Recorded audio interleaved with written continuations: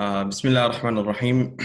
الحمد لله رب العالمين والصلاة والسلام على رسول الله وعلى آله وصحبه وسلم تسليما كثيرا. اللهم علمنا ما ينفعنا وانفعنا بما علمتنا وزدنا علما ينفعنا يا ربنا. اللهم لك الحمد حتى ترضى ولك الحمد إذا رضيت ولك الحمد بعد الرضا. اللهم صل وسلم وبارك وزد على نبينا محمد وعلى آله وأصحابه أجمعين. Brothers and sisters, welcome today to our program in welcoming the blessed month of Ramadan. We are doing this program with our esteemed Sheikh Suhail from the Islamic Center of Redmond, and these two communities have come together from ICOB and ICOR to welcome the month of Ramadan virtually. And this is a very strange Ramadan for all of us. It's a very unique and different Ramadan. But I do believe in my heart that if a person prepares for it properly and makes the right adjustments and preparation, one can actually make this the best Ramadan of their life. As long as one has the right plan, the right schedule, and the right understanding of how to truly benefit from this time. It is the time that is blessed. It is the time that you end that is blessed, and not actually where you do these acts of worship, but rather the time that Allah subhanahu wa ta'ala, that He has blessed you with. And the fact that we are about to reach the blessed month of Ramadan is a ni'mah from Allah subhanahu wa ta'ala. The Prophet, peace be upon him, salawatullahi wa salamu alayhi, used to ask Allah subhanahu wa ta'ala أن يبلغهم Ramadan. They used to ask Allah, Allahumma ballighna Ramadan, Allahumma ballighna Ramadan. This was the Prophet sallallahu alaihi wasallam. So today, this program consists of two things that we're going to be talking about. The first one, which is Fiqh of Ramadan, and the second one is the Fiqh of Zakah. And inshallah ta'ala, the program will be sort of an introductory way to kind of introduce these topics. Now, when it comes to fiqh of siyam or fiqh of Ramadan, it is very detailed. In the books of fiqh, you will find kitab al-siyam and kitab al-zakah. These are very extensive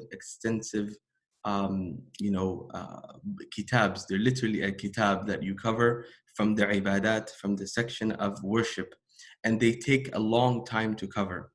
And it is not realistic to cover all of the masail and all of the issues that are contained in these, two important kitabs, these books, the fiqh that relates to fasting and the fiqh that relates to zakah.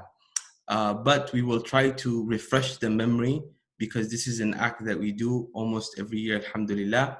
We all do it every year, and it's important to refresh our memory about its ahkam, its ruling, some of these things, so that maybe in case we forgot some of these rulings, we refresh our memory. And if we have any questions, since the situation is also different this year, you may ask those questions at the end of the program. As an introduction to this program, most of it, inshallah ta'ala, our esteemed Sheikh Mufti Suhail will carry on, inshallah ta'ala. I will just introduce the topics and what we have at hand. First, I would like us to understand this from a spiritual aspect, from a spiritual perspective is important before we even get to the fiqh, because this is the most valuable ibadah that we're going to do during this month of Ramadan, is the fasting itself. And we have to talk about it from a spiritual aspect of it. And subhanAllah, I was reading this morning the Ihya al-Ulum al-Din, where Imam al-Ghazali talks about and reflects about the fasting. And there's a book he even has, which is, it's been translated, called the Book of the 40 Principles from the Foundations of Islam or Religion. And it's a very good book. It talks about all of this from a spiritual aspect, from a ruhani aspect, imani aspect, and he brings every of these principles into really a beautiful perspective and gives us a deeper insight into these acts of ibadah that all of us do. So the Prophet ﷺ told us in hadith, he says that every action that we do every deed, every good deed is 10 times its likeness, meaning, it is increased to, 10 times, 10 أمثالها إلى 700. It is multiplied from 10 to 700 times, or as much as Allah subhanahu wa ta'ala wants to multiply that deed. Except the fasting. For verily, Allah subhanahu wa ta'ala says in the Hadith al-Qudsi, فَإِنَّهُ لِي وَأَنَا أَجْزِي بِهِ. It is for me, and I will be the one to reward it. The scholars, they say the reason why the fast is such an act of ibadah, in where it is the only thing where there is an exclusive reward from Allah subhanahu wa ta'ala. All the other actions, your reward, you already know it, or it's already written for you. The salah that you pray, the zakah that you give, the hajj that you do, all of this, the reward is already defined and given, inshallah ta'ala. While you are in this world, your reward is given to you. As far as the fasting, it is the only ibadah where the reward is exclusively from Allah subhanahu wa ta'ala. And the ulama and the scholars elucidate as to why there is a special reward for the fasting person. And as Imam Ghazali mentions, he says that the fasting combines all of the facets and all of the anwa' and the types of patience that one will exert. So the scholars, they say that patience, or sabr, which is known in Arabic, is divided into three categories: as-sabru ala al-ta'a, was-sabru an al-ma'siyah, was-sabru ala aqdari Allah al-mu'lima. The scholars, they say that fasting is a combination of three things, or sabr is of three types. First, sabr upon the obedience of Allah subhanahu wa ta'ala. This is a type of patience that Allah loves. And Allah subhanahu wa ta'ala says, أُولَٰئِكَ يُجْزَوْنَ الْغُرْفَةَ بِمَا صَبَرُوا. They will be rewarded Jannah for the patience upon the ta'ah of Allah subhanahu wa ta'ala. So the first type of patience is as-sabru ala ta'ah, to be patient and persistent upon the obedience of Allah. The second is as-sabru an al-ma'siyah, to stay away from the disobedience of Allah subhanahu wa ta'ala. And the third component is as-sabru ala aqdari Allah al-mu'lima, to be patient in the time of adversity and difficulty. So they say when a person fasts, they're actually combining all of the three types of sabr in one action. They are being persistent upon the obedience of Allah subhanahu wa ta'ala, staying away from that which is haram. And number three, they're also hungry, they're thirsty, they're struggling for the sake of Allah subhanahu wa ta'ala. And that is also a type of patience that one is exerting himself. And for that reason, on the day of Qiyamah, as Allah subhanahu wa ta'ala says, إِنَّمَا يُوَفَّى الصَّابِرُونَ أَجْرَهُمْ بِغَيْرِ حِسَابٍ, that Allah subhanahu wa ta'ala will reward those people that were patient in this worldly life, a reward that is exclusively from Allah subhanahu wa ta'ala. So when it comes to the fasting, it is a reward that is exclusive from Allah subhanahu wa ta'ala, and your reward is unaccounted. Like, there's no accountability to the reward that you're going to get. There is no quantified amount for that reward. It is what Allah subhanahu wa ta'ala will give you. فَلِذَلِكَ, it is very important. For that reason, it's very important that one must protect their fast, must strive to make their fast meaning something that is above and beyond the average fast of just staying away from food and drink and sexual desires. Rather, it should be beyond that. There should be a spiritual component to that fast. And that is why Imam Ghazali, and I'll mention this before we get to some of these other, introduction. Imam Ghazali, he mentions that there are three types of people when it comes to fasting, or there are three levels of fasting. And these are very important to remember. And he says that the first level of people of fast, they're called Sawm al-Awam. This is the general fast of the regular people. They stay away from just the what breaks the fast. They don't eat, drink, or have sexual desires, sexual relations. This is the first category of people. Their fast is intact, they protect themselves, but there's nothing more to that. That is Sawm al-Awam. That is the general fast that Allah subhanahu wa ta'ala asks for you, the basic level. That is basic package. Then there's another level. It's more of a premium package and it's more of a higher level. And that is صوم العلماء وصوم أهل العلم وصوم الأتقياء. This is the fasting of the righteous people, the fasting of the people of knowledge, those who are doing it at a more spiritual level. So they protect their eyes, they protect their ears, they protect their tongue, they protect. They're not only fasting from in the sense of the limbs, but they're also fasting in these other components. And then there's a third type of category of people, and this category is the third category, and they are somul, khas. It's the fasting of the, certain individual people who are protecting beyond just the limbs in the body. They, every moment and every second, is connected to Allah subhanahu wa ta'ala. And this is the third level when, the heart is connected to Allah subhanahu wa ta'ala. There is no bad thoughts, there's no whispers. They restrict themselves to the remembrance of Allah subhanahu wa ta'ala. And this is the fast of the elect, of the elite. It is the fast of the perfection. This is the highest level, that their tongue is moist with the dhikr of Allah at all times. Number two, they are protecting their eyes, their limbs, and everything from breaking that fast, from reducing that reward. And they are making sure that the fast is something similar to the fast of the Messenger of Allah sallallahu alaihi wasallam, because that was the fast of the Prophet sallallahu alaihi wasallam. His fast was a constant, ibadah. He was constantly engaged in the dhikr of Allah from the time he started his fast till he ended it. And that was the Prophet sallallahu alaihi wasallam. So when we think of, Ramadan and fasting, let's not only think of the technical aspects of it, but also the spiritual aspect. And anytime when you read the books of fiqh, there's always reference to the fada'il, there's a reference to the spiritual aspect of the fast, to make it worth a person's, so that we increase our attention and devotion to the fast. Now, as an introduction, the fast itself is, alhamdulillah, one of the most important acts of ibadah in our deen and in our Islam, and we consider it to be as a fundamental part of our deen. And the scholars, when they define the word fast, the word som, which is the Arabic word for it, they define it as al-imsak. It is to stay away from something, to abstain from something. That is the definition of som, which is imsak, is to stay away or to abstain from something. And that is in the Arabic language, you will find it, the word som. Sometimes it could also mean to be silent and to be quiet, and to take, silence is also considered to be another word for som. For example, Allah subhanahu wa ta'ala says in Surah Al-Maryam, when he talks about Sayyidina Maryam alayhi salam, when she came back to her people carrying Isa alayhi salam, they pointed the finger, they said, what is this? This child that you're carrying.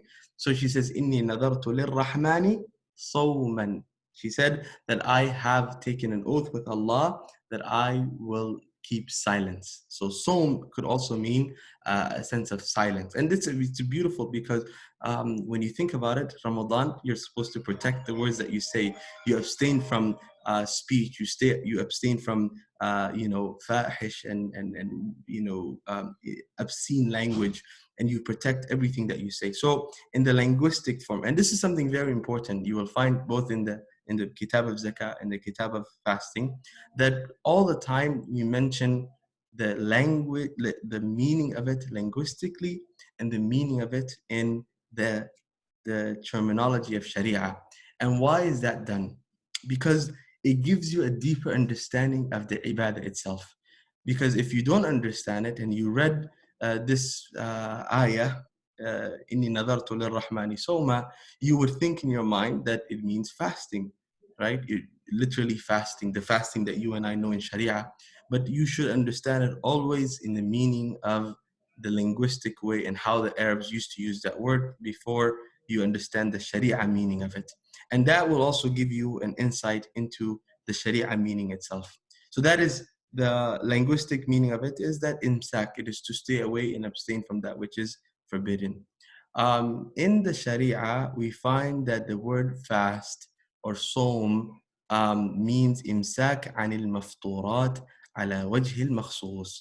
It is to stay away from that which breaks the fast according to a certain way, a certain understanding and way that is described. And what does that mean? That the fasting, there's certain things that break the fast. And Sheikh Suhail, Mufti Suhail will talk about those details and what breaks the fast, what considers to be breaking the fast.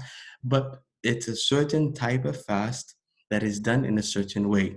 That is the general, and is to abstain from something that which breaks the fast. So there are certain things that break the fast that one has to abstain from it in order for their fasting and their sawm to be valid.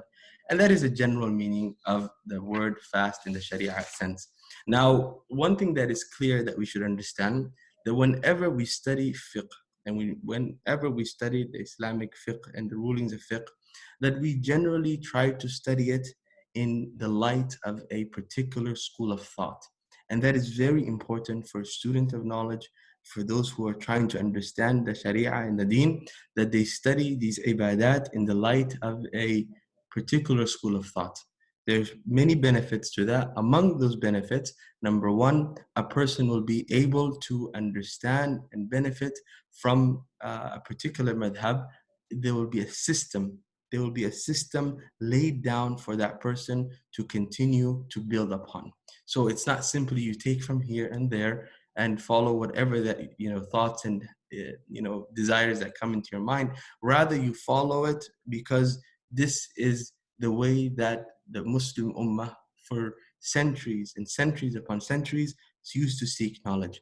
And the other thing is that, which is a benefit of this, is that it gives you a framework to work around when you study it in a particular school of thought.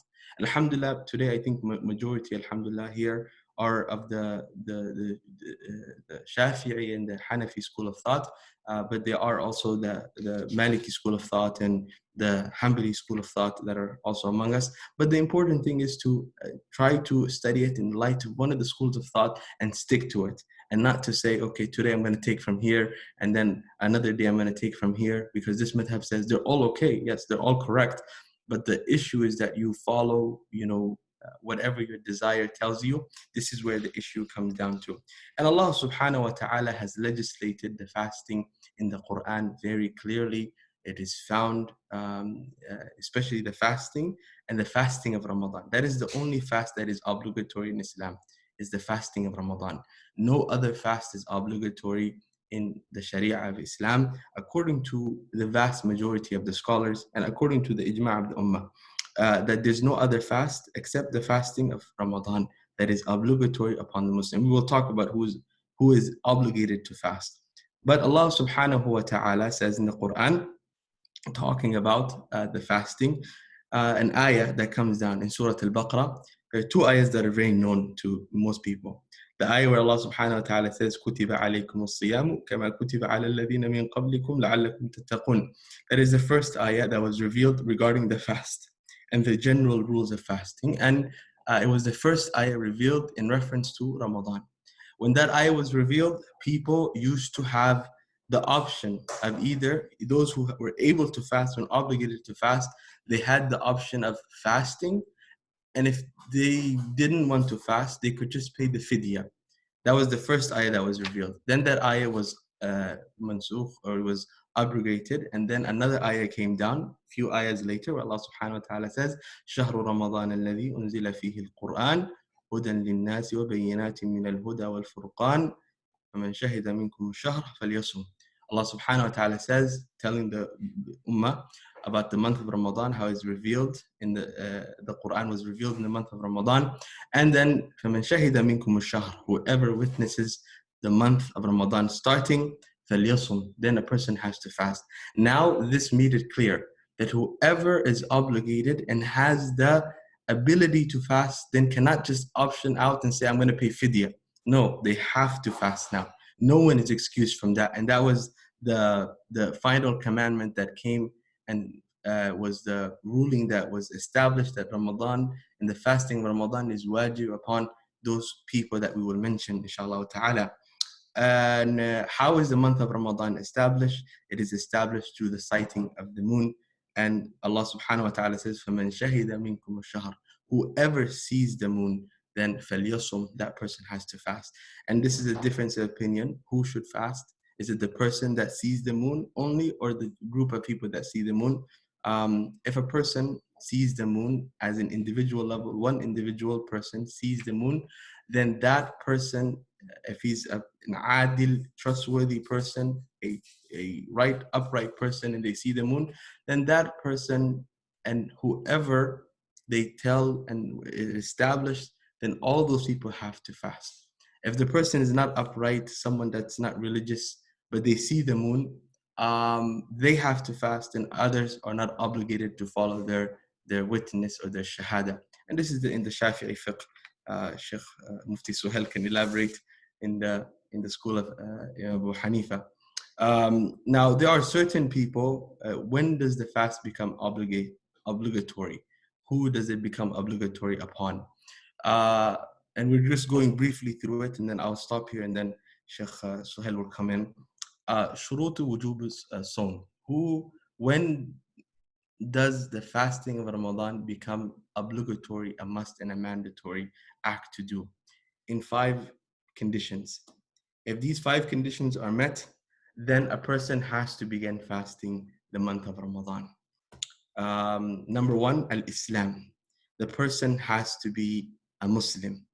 The fasting of a non-Muslim will not be valid. Even if they had the most sincere intention, their fasting will not be accepted unless they are, Muslim. Number 2, the second condition is a taklif, that the person has to reach the age of bulugh. The person has to reach the age in where they are mature and they are the age of puberty, or they have to, have had their puberty, meaning taklif. The scholars, they say that there are 2 things. If a person reaches, the age of taklif, but has not had the signs of puberty, then is it wajib upon them to still fast? Yes. If the person reaches the age of 15, irregardless whether they reach puberty or not, they have to start fasting. If the person has reached puberty before the age of 15, then the person can start fasting. Now, if someone younger than 15 or someone younger than the age of bulugh, the age of puberty, wants to fast, your young child, then you should you should allow them to fast, and they will be rewarded for their fast, but they will not be sinful for leaving it. And as scholars, they say that person should try to encourage their kids to fast from a young age, to start teaching them, just like how you teach them the salah and the prayer. It was actually the practice of the Sahaba. They said that we used to make our children fast. كنا نصوم أولادنا وصبياننا.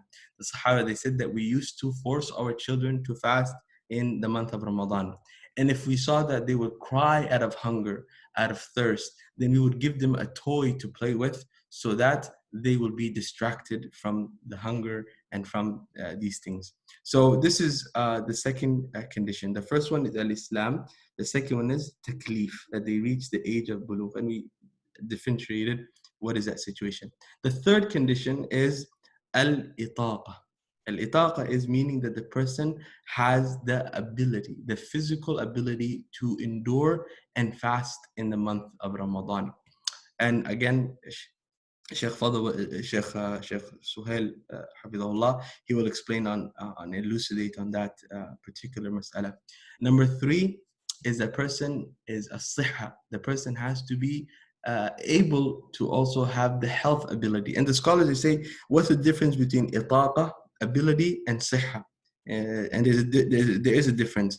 Itaqa is, for example, a person is elderly in age. They're fine, but maybe if they fast, it could harm them, or they have a chronic illness, and if they fast, it could even harm their ability to recover. While the siha is if someone is sick for a short-term duration, they're only sick for this Ramadan, or they're only sick for this week. If there's, if that is the case and their health is not in good condition, then they're also not obligated to fast for that time until they recover. And there's a difference between the itaqa and the siha, meaning the ability to fast and the health, ability to also fast. So that is where the distinction is made. And wal iqama, the person has to also be, for the condition where a person is wajib for them to fast, then this is the person has to also be a resident, meaning they're not traveling.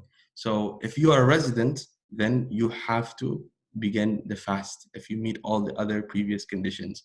If you're traveling and you still meet all of the conditions, then you're absolved of the fasting. But again, it's not a person who is a frequent traveler, who travels because that's part of their work. That person has to still fast. They're not absolved from it. If a person travels at the time before Fajr, then they can opt out from fasting. And if they travel before, but if their day starts with fasting and then they travel, they cannot decide to break their fast. One brother last year, he called me and he was at the SeaTac International Airport, and he says, can I break my fast? I said, you're still muqim, you're still local, you haven't left the city. How can you break your fast? So again, it comes down to where we should not. And the Prophet says, "Laysa min al-birri." He said it's not from piety for one to exert himself in travel to fast. Now, a person has the rukhsa to break their fast or to not, and I think Sheikh inshallah ta'ala will elucidate on that. So this is the shurutu wujub as-sawm. This is the conditions in where fasting is obligatory. Without it, these conditions, if one of these conditions are missing, then a person is not obligated to fast. If one of these conditions are missing, again, al-Islam wal-taklifu wal-itaqatu wal-sihhatu wal-iqama, which is the Islam, meaning a Muslim, you reach the age of puberty, you have the physical ability to fast, you have the health to fast, and you are no longer a traveler, but you are muqim, you are someone that is a resident. Then if you have all of these criteria at the same time, at one time, then fasting is obligatory upon you, which is the vast majority of the ummah. And finally, one last thing I'll mention is when it comes to the fasting, it's important that we will come across certain areas that are confusing, that will distract, or maybe we don't have a clarity on it. And this is where Allah subhanahu wa ta'ala says, فَاسْأَلُوا أَهْلَ ذِكْرِ إِن كُنتُمْ لَا تَعْلَمُونَ. Ask the people of knowledge when you come across an issue where you don't understand. A lot of people tend to go online and try to research these masail. If there's an issue you don't know, yesterday a brother was asking about if he had a flight at 5 a.m. and he wants to break his fast, or he's traveling somewhere and the timing is a continuation. He just fasted all day today here, and then he got on the plane and the plane is traveling and it's all daytime and the day just keeps on going. He says, when can I break my fast? So again, these kind of issues you should refer to a person of knowledge so that you can get the right and accurate answer. And we ask Allah subhanahu wa ta'ala that He makes this month of Ramadan a blessed one. I want to bring in, inshallah ta'ala, Sheikh Mufti Suhail, inshallah ta'ala, to cover the rest of the arkan, the rest of the fiqh of Sawm and fasting and the fiqh of Zakat.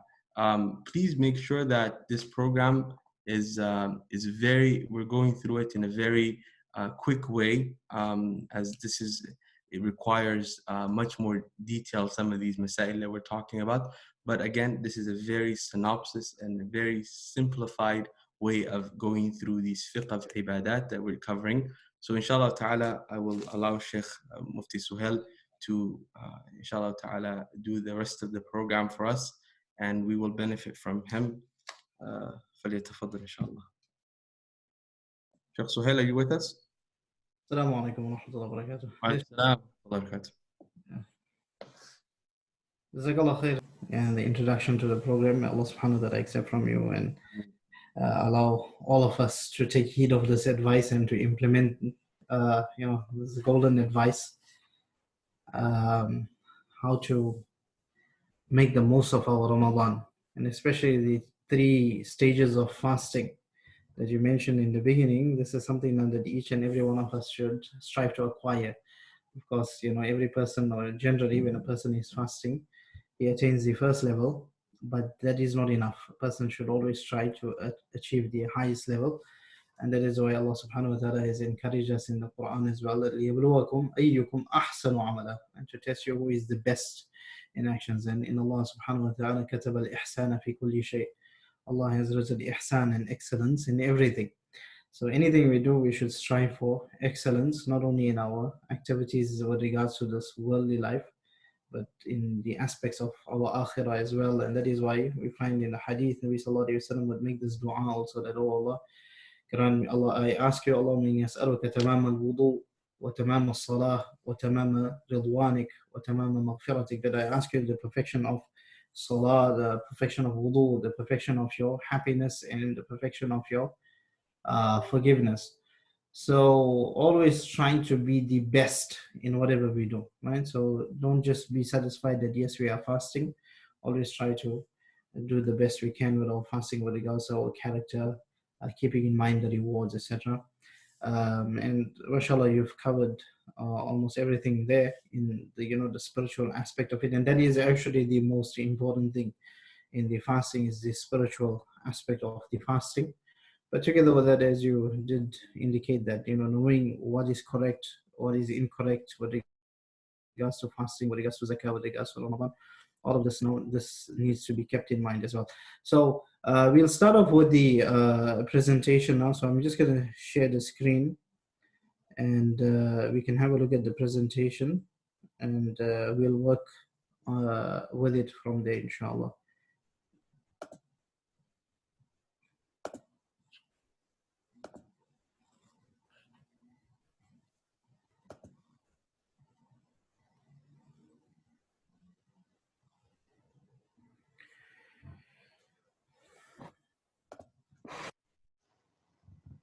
Right. So Sheikh Abdul Rahman has more or less covered the first part of the presentation. That's fasting, the commencement and termination. When does the fast begin? When does it end? Right, so we'll move on to the second one, the sunnah acts of fasting, right? So this is something that a person should try and practice on as much as possible, right? And this year will also bring about a lot of barakah in our fasting. So when you say barakah in our fasting, what we mean by that is, one is the fast itself being blessed, but at the same time, it holding such blessings that it propels us to be good during the fast itself and to attain the pleasure of Allah subhanahu wa ta'ala. It will keep us straight, because yes, a person is fasting and then during the day he is tempted towards actions or deeds that would spoil the rewards of his fast. For example, he looks at something that is not permissible to look at, or listens to something that is not permissible to listen to, or says something, and this happens very commonly, doing riba and speaking ill of the next person, etc. And this here spoils the rewards of the fast as well. Together with that, a person sometimes during the fast is angered, or he wants to give vent to his anger. So these are the aspects. Now, if we follow them, inshallah, they will keep us steadfast in our fasting and assist us in being steadfast in our fast. Of course, the very first thing is to make dua, right? And one of the sunnah aspects that Nabi Sallallahu Alaihi Wasallam has emphasized on is suhoor, to partake of the suhoor meal. So don't miss this out. Don't think you're going to gain more on sleep and miss out the suhoor. Rather, you should wake up. If it means you breaking your sleep and partaking of the suhoor, then do this, because there is barakah in that. That is why in the hadith, Nabi Sallallahu Alaihi Wasallam has mentioned, تَسَحَّرُوا فَإِنَّ فِي السُّحُورِ بَرَكَةً, that do the suhoor, eat this from the suhoor meal, because there is great barakah. There is great barakah. Tanween للتعظيم. Yeah, the word barakah doesn't have alif lam on it. It's kept nakira, it's kept ambiguous or unspecified, and it has tanween. And many a times when there's tanween on the words in Arabic, it refers to, sometimes it refers to taqleel, meaning showing insignificance, but in many cases it shows the greatness of the aspect. So here Nabi Sallallahu Alaihi Wasallam is saying there is great barakah in suhoor. Right, so a person should try and partake of this meal. Inshallah, this will give him strength during the day. And of course, the very foremost thing is that he will be practicing on the sunnah of Rasulullah Sallallahu Alaihi Wasallam. One of the benefits of partaking of the suhoor meal too is that you are awake at a time where the mercy of Allah Subhanahu wa Taala is at its peak. That time of the night where Allah Subhanahu wa Taala is announcing that هل من داع فأستجيب له وهل من مستغفر فأغفر له وهل من سائل فأعطيه. Is there anybody that is making dua to me that I will answer his dua? Is there anybody who is asking me for forgiveness so that they can forgive him? Is there anybody that is asking me for his needs so that I can grant him his needs? Everybody, or each and every one of us has our own needs that we want to ask from Allah subhanahu wa ta'ala. Take advantage of this time. And of course, we ask Allah subhanahu wa ta'ala during this time to assist us in maintaining our fast as it deserves to be maintained, as it ought to be maintained, by attaining the full benefits. Right, so it gives us the opportunity to be awake for the tahajjud salah and to perform salah at night and to make dua to Allah subhanahu wa ta'ala. So it's very easy to acquire this habit of tahajjud, especially somebody that does it with extreme sincerity during the entire month of Ramadan. You'll find that inshallah this will carry you throughout the year as well. It becomes a standard practice that you are somebody now who wakes up for tahajjud every night. So take advantage of this time. And then the next aspect is to do iftar on time. That's another sunnah aspect, is to break the fast when the time of sunset comes in. Now here there's there's always this back and forth, this discussion as to when does the time of iftar come in. Should we allow 5 minutes for ihtiyat or for precaution? No, this is not necessary. Generally, the times that are calculated on the calendars, they are more or less accurate, and especially with technology nowadays. And it is pretty apparent, especially through the skies as well, that you can see now that the sun has set. You cannot see the sun anymore, especially in places where we are. Once the time has come in, go ahead and break your fast. You don't have to apply 5 minutes for precaution, etc. This is not from the sunnah. Once the time or the sun has set, go ahead and break your fast. And here in this hadith, Nabi sallallahu alaihi wasallam is mentioned, which is recorded in Sahih Bukhari, لا يزال الناس بخير ما عجلوا الفطرة, that people will continue remaining on good as long as they hasten towards the fitr, and as long as they hasten towards doing iftar, meaning breaking the fast. Why? Because this is a gift from Allah subhanahu wa ta'ala, that when a person now is breaking his fasted the entire day, and now he is being allowed to eat at that time, it is actually a presentation and a gift from Allah subhanahu wa ta'ala, and he's showing his appreciation for that. Now somebody is being gifted something which is extremely valuable, and now he doesn't want to take it, and it is being presented that from somebody extremely important, and he's showing no interest in that, and he's showing that he's not too desperate for it. Then of course that person now realizes that so and so is not interested in whatever I'm giving him. So this is a presentation from Allah subhanahu wa ta'ala. It is a gift from Allah subhanahu wa ta'ala. So as soon as the time of iftar comes in, break your fast. And that is why, like for example, in this setting of ours now, right, most of us are going to be at home, or it looks like the lockdown is going to continue through majority of Ramadan, or some part of Ramadan, if not all. So everybody is going to be doing iftar at home. So how do we do that? Do we pray Maghrib first, or do we do iftar? The first thing to do is iftar, right? And the ideal setting would be to perform. One is to call out the adhan when the time of Maghrib comes in, to call out the adhan. So the muaddin, he can eat, or he can break his fast by using a date, or dates and water. This is the sunnah as well, to use dates and water for iftar. This is what Nabi sallallahu alaihi wasallam used to practice on, right? So using other meals, for example, your samosas and pakoras, etc., at that time when you fasted the entire day, and now putting that into your body is definitely not good for your health. And the ulama mentioned, and the atibba, the doctors and physicians have mentioned, that dates, the benefit that Allah subhanahu wa ta'ala is kept in dates, especially after a person fasts, this is something now which is unparalleled. So make sure that you keep some dates, keep some good quality dates, for the month of Ramadan. And the muaddin can break his fast before he gives the adhan, and the rest of the family as well, or everybody can break their fast at the same time, and then give the adhan and perform the Maghrib Salah. Another thing to do is try and have the Maghrib Salah, or all your Salahs prayed because you're at home and you are with your family. Try and pray all your Salahs with Jama'ah. There is great barakah in Jama'ah as well. And to recite the dua for iftar, right? That's another sunnah, is to recite the dua for iftar. The very least we should do is say Alhamdulillah, Bismillah when you break our fast, and Alhamdulillah after we eat. Now the dua that we commonly know, right? Allahumma laka sumtu wa bika amantu wa ala rizqika aftartu. So the words وَبِكَ آمَنْتُ, that hasn't been mentioned in any hadith, or there's no authentic source to establish that part of the dua. And one of the more authentic du'as from Rasulullah sallallahu alaihi wasallam is ذهب الظمأ وابتلت العروق وثبت الأجر إن شاء الله. What this means is that the thirst has now went away. After eating, the person is, and after drinking and breaking the fast, the person says this, that the thirst has went away, وابتلت العروق, and the veins have been quenched and the vessels have been quenched and have become wet. وثبت الأجر, and the reward has been established and it has been set aside for me and kept allotted for me, inshallah, if Allah subhanahu wa ta'ala wishes. So and you know, a person you know, who's fasting for the entire day generally realizes the real meaning of this dua, especially in the summer months.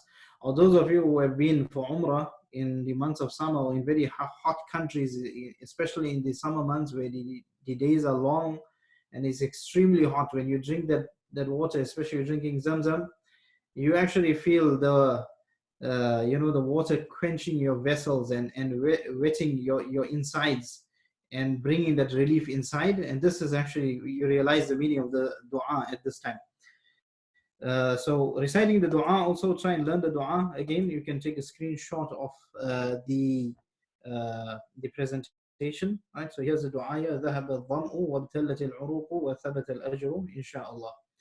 Now coming to the compulsory acts of fasting. So you know, if you have any questions, and just note them down, inshallah. Once we're done with the aspects of fasting and Ramadan, we'll pause and allow for questions, and then we'll continue with the zakah aspect, inshallah. And Sheikh Abdul Rahman, if you want to add anything, please feel free to interrupt me. So the compulsory, right? One is that you have the intention, that is the absolute or the most necessary part of a person's fast, is to have an intention to fast. Right? Nabi sallallahu alaihi wasallam has mentioned in the hadith, إِنَّمَا الْأَعْمَالُ بِالنِّيَّاتِ, that the actions are based on their intentions. So if a person doesn't have any intention to fast, then the fast is not going to be counted. Now, when we talk about intention, what do we mean? Does it mean verbalizing the intention and making sure that at the time of suhoor we verbalize it and say that, oh Allah, I'm going to keep fast today? No, that's not the meaning of intention. Intention or niyyah is amalul qalb, the action of the heart, right? It's the action of the heart. So what the heart thinks about and what the heart you know, contains, that is the intention. So say for example, somebody, he performed his tarawih salah and then he fell off to sleep. He had the intention of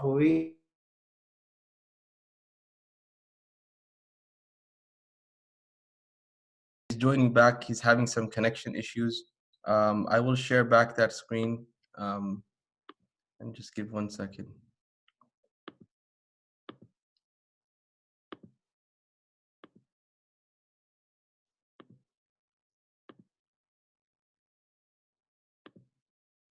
The Sheikh was talking about, which was related to the compulsory acts of fasting. And the scholars, they mention only 2 conditions for the fast to be, this is the wajibat, meaning that without these 2, the fast is incomplete. The first one of them is the intention, and the niyyah has to be there. And the Sheikh was talking about, you know, this issue in detail. Please repeat the preferred sunnah time if I start. Inshallah, we'll answer some of those questions, inshallah. So the niyyah has always been as part of every act in ibadah that you do. It is actually essential. In the Shafi'i fiqh, it's actually essential to even verbalize the intention. But you know, according to the correct view of the scholars, is that one says it in their heart, because they say that an-niyya mahalluha al-qalb. They say that, you know, the intention, its location and place, it's the heart. So if a person intends to fast at the beginning of Ramadan, he intends to fast. Even though in the Shafi'i fiqh, they say that one has to renew the intention every single night. some of the scholars, like the likes of Imam al-Nawawi and many other scholars, they take the view of the Maliki school of thought, in where a person can make one intention for the entire act in ibadah. So a person can make intention at the beginning of Ramadan that they will intend to fast the entire month of Ramadan, and that should be sufficient of intention for them. This is a very important thing to clarify, that one does not verbalize the intention, but rather intends it through the heart. And even if a person does the actions that lead a person to fast, then this is um, uh, inshallah, I'm going to continue until Sheikh Suhail joins, inshallah. And if a person intends to fast by waking up for suhoor, by making the arrangements and doing the acts, that also counts as part of the intention in the niyyah, meaning the person is consciously aware of the intention of fasting that night or for that entire month. If a person, wakes up and then says, you know what, I'm just going to fast, today, in the middle of the day, like he didn't eat anything from Fajr all the way to Dhuhr. Then he says, oh, well, the day, so much of the day has passed, I'll just continue fasting. That is okay for nafil fast, but for the Ramadan, it is obligatory that one has to make intention um, individually for the entire month of Ramadan, and that intention has to be firm. The scholars, they say, if let's say you make the intention for the entire month of Ramadan to fast, and somehow your fast is interrupted, either by an emergency or by a sickness, a valid reason, or even invalid reason where a person deliberately broke their fast, then even in that situation, a person has to renew that intention again, because now the fast has been interrupted. So this is some of the issues, masail, relating to the fast. The Sheikh mentioned a dua, and where he said, the dua here, which is, ذهب الظمأ وابتلعت العروق وثبت الأجر إن شاء الله. This is the hadith that is mentioned in Abu Dawood, which is, the most authentic hadith that is in reference to the dua of breaking the fast. Some people, they recite Allahumma laka sumtum wa bika amantu ala rizqika aftartu. This has been said, but there's no proof and evidence for that dua to be read. And these are some of the sunnahs that relates to the fasting. And obviously, this is abstaining from food, drink, and relation with spouse is part of the conditions of the fast. It is part of the conditions of the fast to be valid, is to stay away from food and drink and all these things. So inshallah ta'ala, the Sheikh Mufti Suhail join back. Sheikh Suhail, are you back? Yeah, I'm back. Okay. I will let you sorry, man.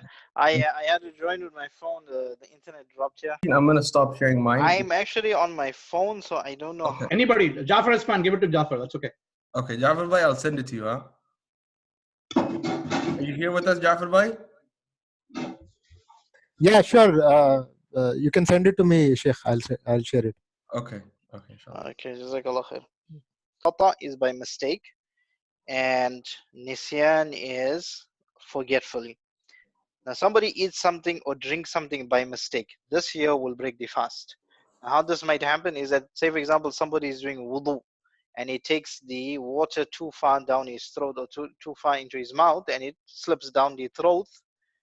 This will break the fast. It's not intentional that he is gulping down some water, but it happened mistakenly. So this will cause the fast to break. How something happens by forgetfulness, a person completely forgot he was fasting. For example, it sometimes happens, especially during the early days of Ramadan, because a person is so used to eating or drinking at a particular time. So now he comes home, or it's that particular time, and he completely forgets. Just out of habit, he eats or he drinks something, or he takes his medication. He's so used to taking his medication at that particular time, so he takes it at that time, and he's completely forgot that he is fasting. Then this here does not break the fast, right? And this is based on a hadith where a Sahabi had come to Rasulullah sallallahu alaihi wasallam, and he told him that I had had a whole meal. I forgot that I was fasting. So Nabi sallallahu alaihi wasallam told him that continue with your fast. فإنما أطعمك الله وساقاك.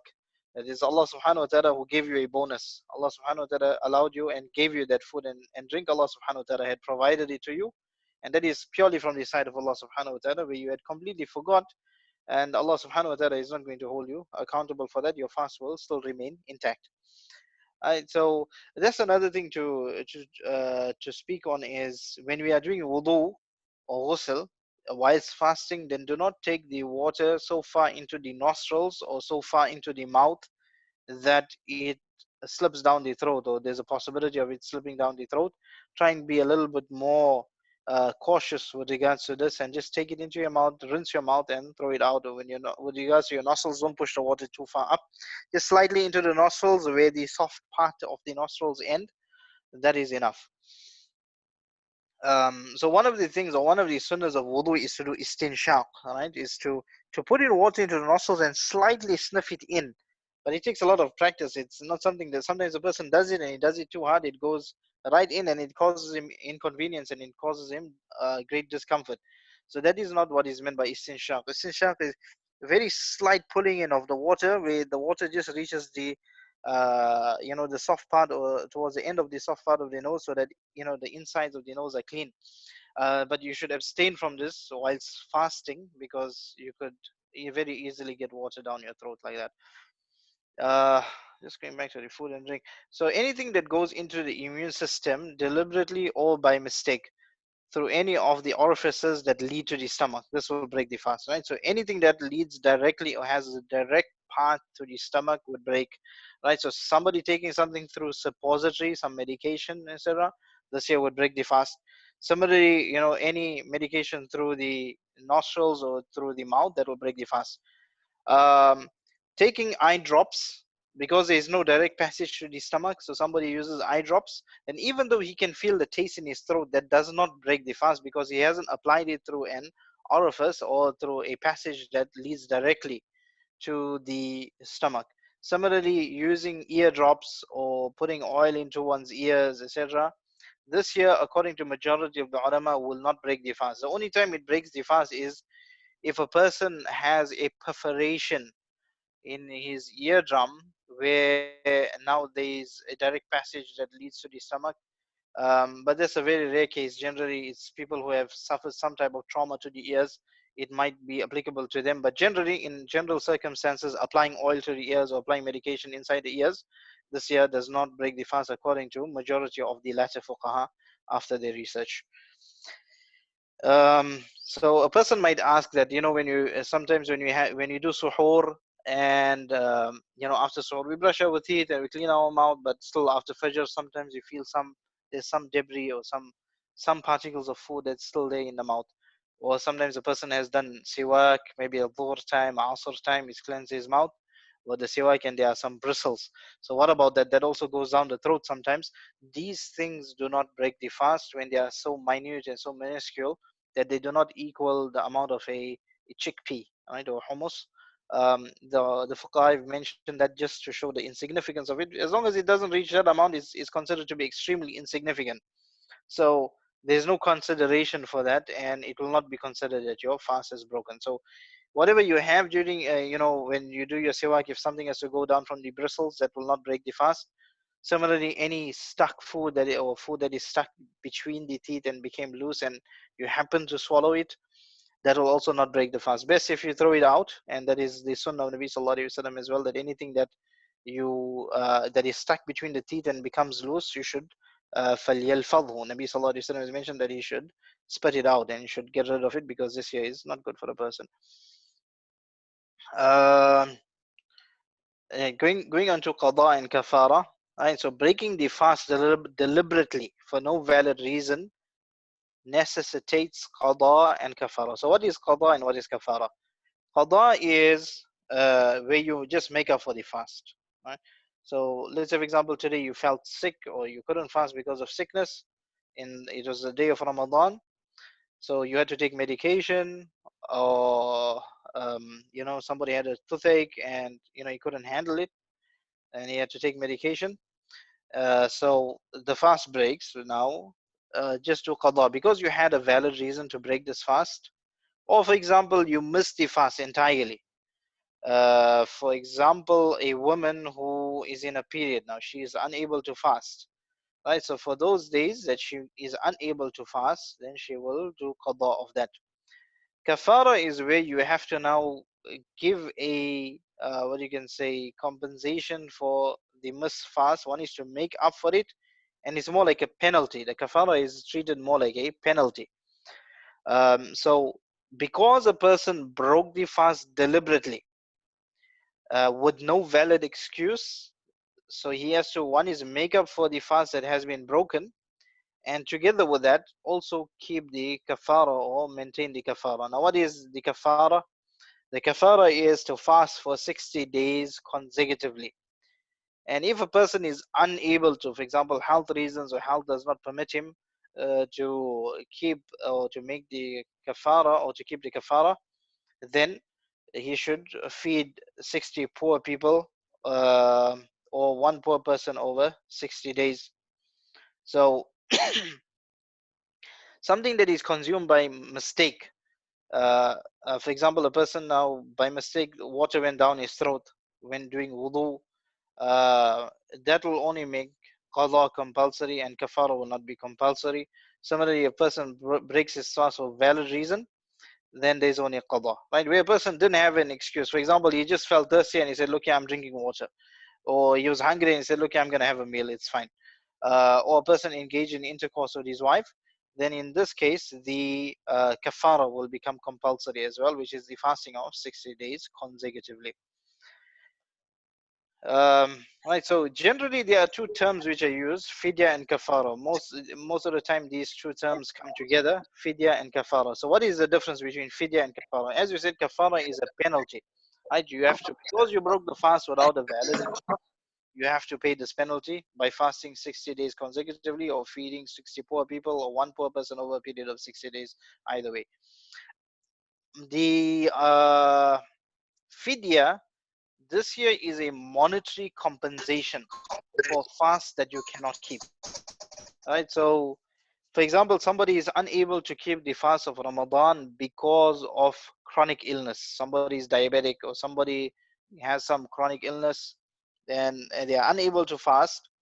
Then this is called the fidya, where you give a monetary compensation. Instead of fasting, now you give a monetary compensation.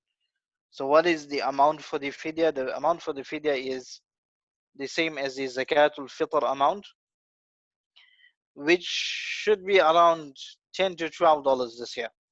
I haven't worked out the figure. Last year it was $10. This year, it should be the same, but because of the virus, etc., maybe the prices have went up slightly. I don't know about here, but definitely in other countries prices have went up. So a person should maybe $12 would be a better amount per fast, right? So this year needs to be given to the poor. You cannot give it to somebody who is not poor, who's not faqir, right? So somebody, when you say poor person, we mean a person who is deserving of zakah. Nor can you give it to a masjid. You can't give it to a masjid for the expenses of the masjid. You need to give it, if you give it to the masjid, then put it into the zakah fund so that the poor people are taken care of. This year is eventually dispersed to the poor people. Don't just put it in the sadaqah box or the the masjid expenses box. And somebody who reach old age where he knows that he's not going to be able to keep those fasts, and he should make a wasiyah that when I pass away, this monetary compensation should be given on behalf of each fast, on my behalf for each fast that I've missed. So more or less we're done with the aspects of fasting, but as Sheikh Abdul Rahman had mentioned in the beginning, in the introduction as well, that the rulings with regards to fasting, they are pretty vast, but these were just basic principles now a person should keep in mind, and from that now on that we can build further. Whenever a person has a question or has a doubt with regards to something, then just refer to your local scholar, contact them by email or by telephone, whatever it may be, or by SMS, and just pose your question and get clarification in that way. Moving on to the aspect of Taraweeh. So Taraweeh is, and one is it's an emphasized sunnah. This was the practice of Rasulullah sallallahu alaihi wasallam. Right, in the month of Ramadan, he would, of course, now during the entire year, Nabi sallallahu alaihi wasallam would perform nawafil during the entire year. Right, so it was not just in Ramadan, but even out of Ramadan, Nabi sallallahu alaihi wasallam would perform after the Isha Salah. So there's two things here, right? One is Qiyamul Layl, right? One is Qiyamul, or you can say Salatul Layl, and then Tahajjud, right? So Nabi sallallahu alaihi wasallam, it is known of him that Nabi sallallahu alaihi wasallam would perform Tahajjud, meaning that he would rest after Isha. Nabi sallallahu alaihi wasallam would rest for a while, would go to sleep, and then he would wake up and perform Tahajjud. So Tahajjud refers to that type of Salah that where you go to sleep and you break your sleep just to wake up in the middle of the night and to engage in the ibadah of Allah subhanahu wa ta'ala and to perform salah. So that is what is tahajjud. So tahajjud falls under the broader category of qiyamul layl or salatul layl. So when you say salatul layl, let's just translate them literally, right? So salatul layl is the salah of the night. Qiyamul layl is to stand during the night. So more or less are the same, but Qiyamul Layl could have a further meaning of standing for a very long period during the night, or standing for the entire duration of the night, engage in Salah. And then Tahajjud is more specific, where it refers to waking up after you sleep, after Isha, you break your sleep, you wake up and you engage in Salah. This is the Tahajjud Salah, right? So somebody can be doing Salatul Layl and also be doing Tahajjud because he is actually slept during the night and woke up. So that's going to be counted as number one, tahajjud, and it will also be considered as salatul layl because he's doing it in the night. Whereas somebody that is doing just salatul layl is not necessarily considered to be somebody who's doing tahajjud. Maybe the person performed salah, he performed his isha salah, and then between the witr and his isha, he read nawafil and he performed rak'ahs of salah, of nafil salah. That is considered now that he's done Salatul Layl, but not necessarily Tahajjud, because he didn't go to sleep and break his sleep. Right, so this was the practice of Nabi Sallallahu Alaihi Wasallam throughout the year, right? And to do Tahajjud was the practice of Nabi Sallallahu Alaihi Wasallam as well throughout the year. Now, Taraweeh was something where Nabi Sallallahu Alaihi Wasallam made it an extra point that he would perform the Salah. Many a times he would come to the masjid and he would perform the Salah. And then Nabi Sallallahu Alaihi Wasallam went back home and he said that I didn't want to make it compulsory on my ummah to do this Taraweeh or to perform this sunnah type of Salah after the Isha Salah in Ramadan. I didn't want to make it a compulsory act, and that is why I will not come to the masjid, meaning he didn't make it a practice to do it in the masjid every day, and you would perform this salah at home. So that is basically where it starts off from. And there are narrations from Rasulullah sallallahu alaihi wasallam that he did 8 rak'ahs. There is also a narration that Nabi sallallahu alaihi wasallam did 20 rak'ahs. There are narrations that Nabi sallallahu alaihi wasallam did 12 rak'ahs as well. So all these are established from Rasulullah sallallahu alaihi wasallam, the different number of rak'ah. So we understand from this that Nabi sallallahu alaihi wasallam stopped short of making it compulsory on the ummah. So what this also teaches us that this is actually an emphasized sunnah. It is something that a person should take extra care. It's not just like any other part of the year where a person now takes nafil salah casually. You know, in the month of Ramadan, you should have the practice of performing the Taraweeh salah. Right? So neglecting it without a valid reason this year will make a person sinful because it is considered to be a sunnah mu'akkada act or an emphasized sunnah act. So Nabi Sallallahu Alaihi Wasallam, going to the next point, is that there were no specific number of rak'ahs that Nabi Sallallahu Alaihi Wasallam had commanded us to do. Nor did he make it a constant practice to pray 8, nor did he make it a constant practice to pray 20. Right? So nobody has the right to say 20 is the fixed and the sunnah from Rasulullah Sallallahu Alaihi Wasallam. No can they say 8 is the sunnah from Rasulullah Sallallahu Alaihi Wasallam.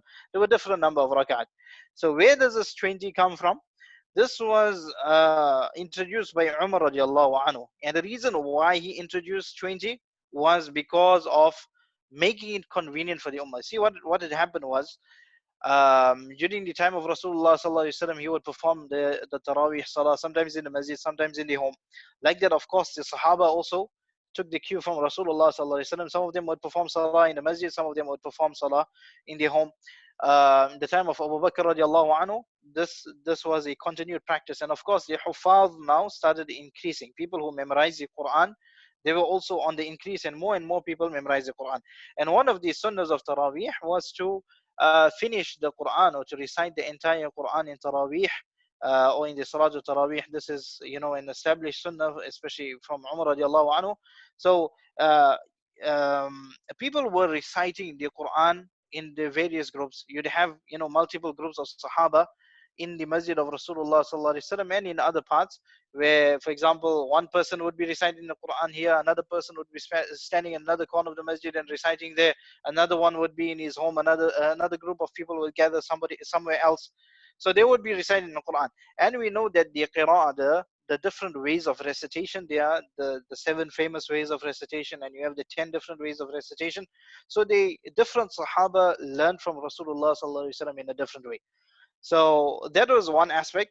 So there would be groups of Sahaba, some of them reading in different ways as well. And together with that, there would be some people maybe who are not very well versed, and maybe there would be some mistakes or mispronunciations here or there. That could have also been the case. So what Umar radiallahu anhu decided was that I need to get because everybody wants to do this Tarawih Salah, and people want to enjoy the khatam of the Quran and completing the Quran. So Umar radiallahu anhu, of course with the mashwara of the Sahaba ridwanullahi alayhim ajma'in, he decided that, look here, we will get one person to lead the Tarawih Salah so that the recitation will be uniform, because everybody is reading in their own different style as they read from Rasulullah sallallahu alaihi wasallam. What was happening was that some people were saying you are reading incorrect, and this person was saying, no, I learned it from Rasulullah sallallahu alaihi wasallam in this way, and then the other person will say, no, I learned it from Rasulullah sallallahu alaihi wasallam in that way, so you are correct and you are incorrect. So because to avoid this type of confusion, and this confusion had actually happened as well, or it happened more strongly during the time of Uthman radiallahu anhu, which led him to compile the Quran as we have the Quran now, the Mus'haf Uthmani now. So just one second.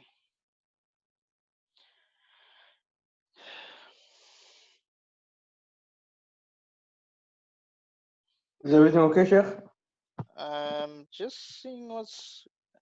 I don't know who contact me to ask me if I'm available on WhatsApp. Maybe is the audio clear? Is everything good? Yeah, we can hear you very well. Okay, alhamdulillah. Okay, so going back to what we were saying about the Taraweeh Salah, so Umar radiallahu anhu decided now, like, to remove any type of dispute, and to make it, to allow everybody to enjoy the khatam of the Quran in one standard way. He appointed Ubay ibn Ka'b radiallahu anhu for 2 reasons. One was Ubay ibn Ka'b was the person who was known as the Qari of the Quran, or the very well versed Qari, and Nabi sallallahu alaihi wasallam had attested to this as well, and said that Aqra'uhum Ubay ibn Ka'b, that the most well versed person is Ubay ibn Ka'b radiallahu anhu. And many times, or there would be occasions where Ubay ibn Ka'b would be praying behind Rasulullah sallallahu alaihi wasallam, and if Nabi sallallahu alaihi wasallam faltered or made any mistake, he was there to correct Rasulullah sallallahu alaihi wasallam, and this is why Nabi sallallahu alaihi wasallam had issued him this glad tiding as well. So that was one reason. And the other was that Ubay ibn Ka'b, his recitation was something that was, of course, pleasant, but together with that, his pace of recitation was something that was manageable for the people, meaning it was not too fast, nor was it something too slow. So it didn't make the qiyam, or standing in salah, too long for people, nor was it something too rushed that people didn't get what he was reciting. So, and that is what we learn as well, is to keep that moderation in our pace of recitation. It should not be so excessively fast that a person doesn't get what you're just hearing, like as they say, ya'lamun ta'lamun, that is the only thing you hear. And there's no consideration for the rules of tajweed and qira, etc. This here now is not a good thing, and it's not permissible to do. I count it as disrespect of the Quran.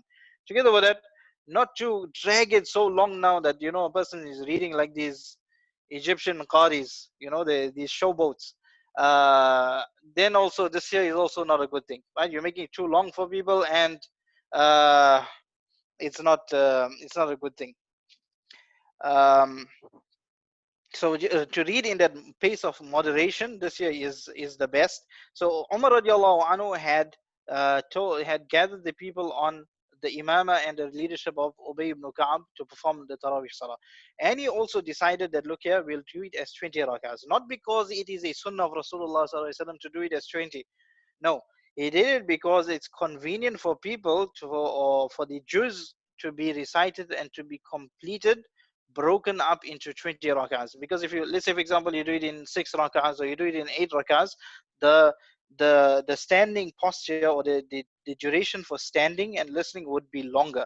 So you rather break it up into 20 where people don't have to stand so long and they'll be changing posture, so it will not be difficult for them. And that is why he had decided that we'll do Tarawih Salah as 20, not because it's an actual sunnah of Rasulullah sallallahu alaihi wasallam, but more for the convenience of people.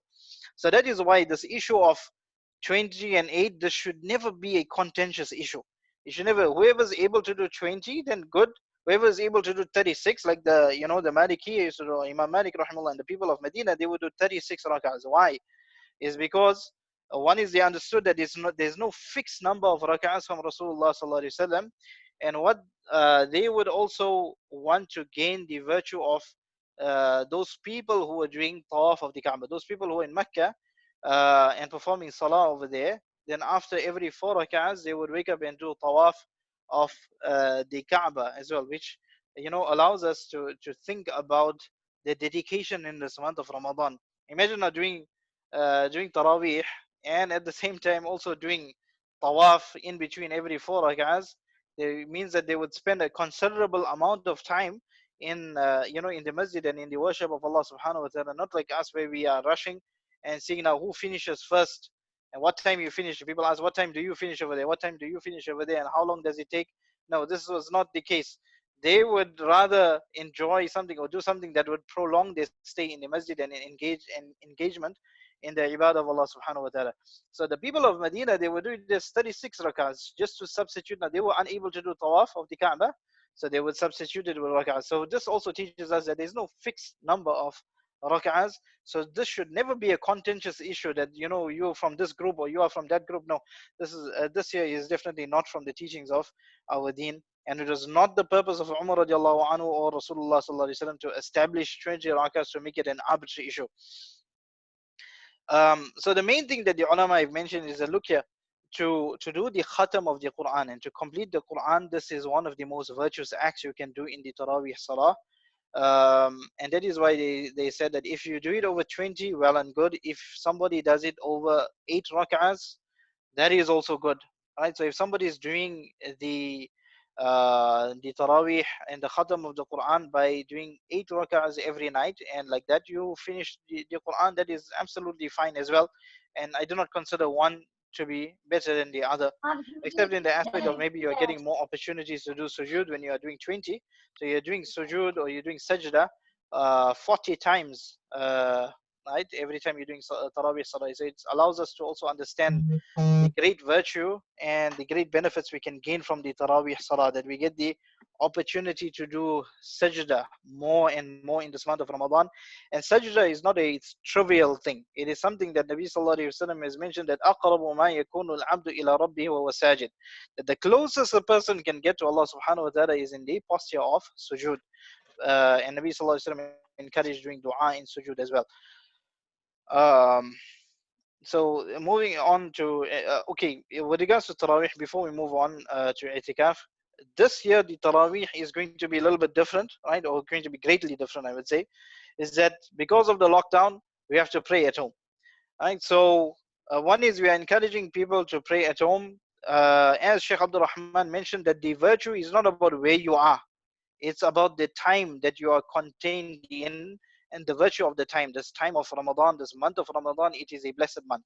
So take advantage of that and do what is one is in the best interest of community, and of course abiding by the laws. It's unbecoming for us to break the laws that have been set out, and the rules that have been set out. A Muslim does not do this. Right? So this is something now the person should, and especially it being a sunnah salah, it is not a fard. One is fard that's been emphasized in to be done in jama'ah, and even there we have concession. where people are encouraged to pray at home now because of the situation.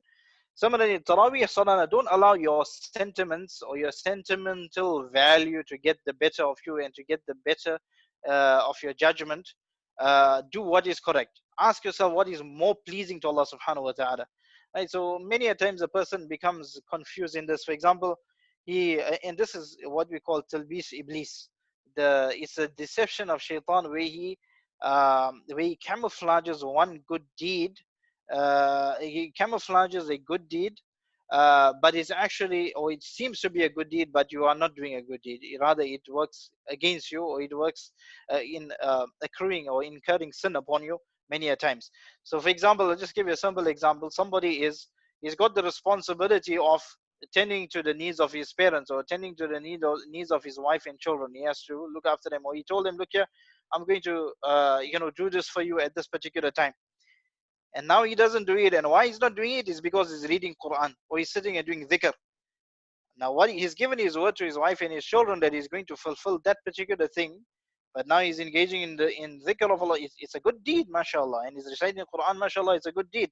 But what is his priority? So always look at what's our priority and what is demanded from. Always ask ourselves, what does Allah subhanahu wa ta'ala want from me at this time? As a proper Muslim, what does Allah subhanahu wa ta'ala want from me? Right? So most of us are going to be, or everybody is going to be performing their Taraweeh Salah at home. Yes, maybe for the Imam, it might be different. Just for somebody to keep the masjid alive, allow the Imam to perform Taraweeh Salah with somebody following behind him, that's there. But everybody should stay at home and everybody should uh, perform their Taraweeh Salah at home. And so what about, usually this advice is given to the Huffaz, and we don't usually offer this advice in a Ramadan workshop because generally people are praying their Taraweeh Salah behind the Imam. But we'll have to expound on this. Everybody is going to have the responsibility now of establishing the Taraweeh Salah at home. So how do we do that? Like how we are doing our Salah with Jama'ah at home. Right? So after the Isha Salah, you perform your 2 Sunnah after the Isha Salah, and then you stand up in Taraweeh. You can do it in Jama'ah, and it should be done in Jama'ah with your family.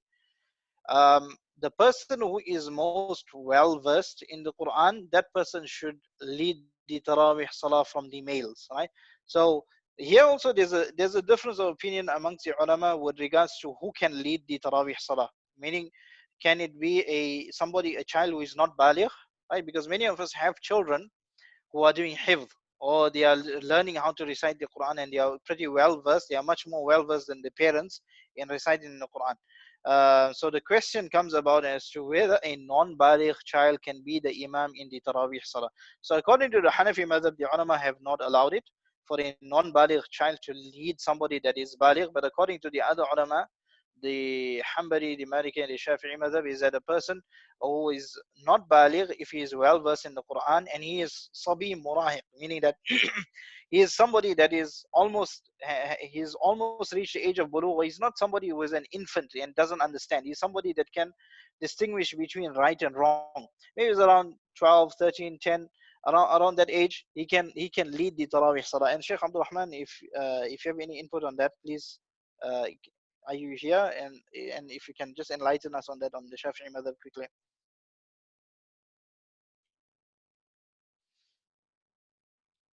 Okay, Sheikh Abdul Rahman might have left Sheikh, I'm with because. you. I'm sorry. Okay, yeah. All right, yeah. Could you give us some input on that according to Shafi'i madhab quickly? The i'tikaf is a sunnah act to do. Now we're talking about the Taraweeh, right? A child leading the Taraweeh Salah. It is permissible. It doesn't, whether he's baligh or not. Yeah, okay. Right, so that answers, I think, a lot of people's questions. Is especially if you are following the Shafi'i madhab, those of you that are following the Shafi'i madhab or the other madhabs, if your child is well versed in the Quran, then you can allow them to lead the Taraweeh Salah. According to the Hanafi madhab, no, the child has to be baligh. The other aspect is to make sure that when you are leading the Taraweeh Salah, whenever we recite in the Quran, read the Quran with the correct pronunciation and the tajweed that is required to recite the Quran. Don't rush through it. This is not a, unfortunately in the Hifz classes also generally this happens, is that the children are just, it's more for memorization purposes, is that they just rush through the recitation without really or very much maintaining the laws of tajweed too much, or they're just reciting in such a way where there's no cognizance of what they're reciting. So this should be avoided. Do it with respect. You don't have to complete the entire Quran if you don't know it, right? Read a considerable amount, but read it with the proper pace and with the proper tajweed. And also don't rush through the arkan, the postures of ruku', sujood, etc. Make sure you are standing in front of Allah subhanahu wa ta'ala. You are not just standing there to perform a ritual and to say that, look here, I've done my Taraweeh Salah. It doesn't make sense. And you'd rather read 2 rak'ahs which has quality in it than read 20 rak'ahs which have no quality in it whatsoever. Right? So even if it means you reducing the number of rak'ahs, that is completely fine, especially for those people that are not huffaz, and they are not going to be completing the entire Quran. To reduce the number of rak'ahs from 20 to 8, that is completely fine if you don't have time, but just make sure that you are doing it with quality. I would rather a person do 8 with quality than somebody just rushing through it, being tired and dragging himself through it, and doing it half-heartedly and doing 20 just for the purpose of doing 20. No, this is, it's not the correct way. Everything we do, we should do with excellence, and we should do with devotion. So even if it means you're reducing the number of rak'ahs of Taraweeh, do that, but do it with quality. One thing to point out also, Sheikh, with regards to the Taraweeh, I think people continue to think that one has to memorize, a large portion of the Quran in order to establish the Taraweeh prayer. But my suggestion is to those who are at home and don't have a Hafid at the house, that one can even read with the best of whatever that they know, even if it means repeating the same surahs over and over in the rak'at. And that should be emphasized, as the goal is to stand a portion of the night in Ramadan. And a night should not go by in where you don't stand for some portion of the night in Taraweeh, in Qiyam, in the later parts of the night in Ibadah. Just wanted to emphasize that importance. I know that people have gotten used to years in Ramadan praying behind the Imam, but this year you're going to have to make that additional effort yourself. And I know that people have asked this year about the holding of the Mus'haf. I don't know if you have covered that mas'ala, Sheikh. Haven't covered that yet. Okay. Jazakallah Sheikh, mashallah, excellent point you've brought up, right? So as Sheikh was saying, that make sure that every night is spent. Don't allow a night to go without you standing up a portion of the night, right? That is the actual matlub or sunnah of Ramadan, or the nights of Ramadan, and the purport of the hadith, man qama Ramadana imanan wa ihtisaban ghufira lahu ma taqaddama min dhanbi, that whoever stands up. So the number of rak'ahs have not been specified. It's just about doing it, and doing it with quality, and doing it with devotion. Man qama Ramadana imanan wa ihtisaban, a person who stands up with iman and he has hope in being rewarded from Allah subhanahu wa ta'ala, then غُفِرَ لَهُ مَا تَقَدَّمَ مِنْ ذَنْبِ, all his previous sins will be wiped out and erased. Right, so there's great virtue in that too. And together with that, as Sheikh had pointed out, is to recite what is easy for you, or whatever you have memorized. Even if it means you're repeating the same surahs again and again, that is fine. But I would also avoid, if somebody is not well versed in the Quran, then avoid venturing into those parts which you do not know very well, where you're going to end up making major mistakes, and sometimes the salah can even be broken because of the major mistakes, and you changing the meaning so drastically. So don't venture into those things, or don't take a chance with those things. And that is the whole purpose of why Nabi Sallallahu Alaihi Wasallam said that the person who is a'lam bis sunnah and the person who is aqra, those people should, the person who is more well versed in the Quran and the person who is most knowledgeable should be the imam, to avoid all these mishaps and to avoid drastic mistakes being made. So even if it means you're reciting these portions of the Quran again and again, those that you know really well, go ahead and do it. Now, regarding the holding of the Mus'haf, as Sheikh Abdul Rahman had touched on, that is permissible in principle, right? Even according to the three madhab, there's no difference of opinion. In Hanafi madhab, Imam Hanifa rahimahullah and Imam Yusuf rahimahullah, they discouraged it. There is a narration from Imam Yusuf where he says it's permissible, and Imam Muhammad rahimahullah says it's permissible. So there is permissibility there of using the mushaf or standing and reciting from the mushaf. But still, to avoid the difference of opinion, I would say, especially in the Hanafi madhab, avoid it. And another reason why I would say avoid it is you could end up, if you are not used to reciting very well and you're not very well versed in the recitation of the Quran, don't venture into that and make mistakes, make drastic mistakes. Especially if you are not well versed in tajweed and you don't have your tajweed on point, don't do that. Rather read those portions of the Quran that you know very well. I'm sure we'll have more questions on Tarawih, but inshallah we're almost done now. Just one more slide for the i'tikaf and then we can take questions inshallah. So i'tikaf, right, so it's sunnah mu'akkada. According to the Hanafi meaning, it's something which is emphasized pretty strongly in the Hanafi madhab. According to the other madhab, it is sunnah, meaning that if a person doesn't do it or the community doesn't do it, there's not going to be any sin. According to the Hanafi madhab, if nobody does it from the community, the entire community will be sinful. But this is in normal circumstances. In our circumstance right now, because of the COVID-19, we have a very unique situation, and because we are even the obligation of performing salah in jama'ah for those who are close by to the masjid has been relaxed. Even the obligation of Jum'ah has been relaxed. So of course the i'tikaf also, nobody is going to be sinful if no i'tikaf takes place this year, especially if the lockdown continues during that time or there are still restrictions during that time. So that is something now the person should not be too concerned about right now. But yes, with regards to i'tikaf, if a person is going to do i'tikaf, then the niyyah must be verbalized, and you must verbalize the intention and say that you are doing i'tikaf, and the i'tikaf has to be done in a masjid. So a person can say, look here, because we are performing our salah at home, or because we are doing our jumu'ah at home or tarawih at home, we're going to do i'tikaf at home. No, i'tikaf is only valid in the masjid.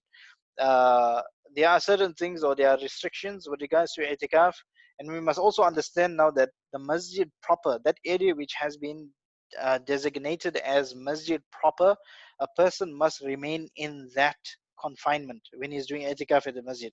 To go out without valid reason will break your i'tikaf and will invalidate your i'tikaf. And this i'tikaf we're talking about is the i'tikaf that is the sunnah i'tikaf of the last 10 days of Ramadan.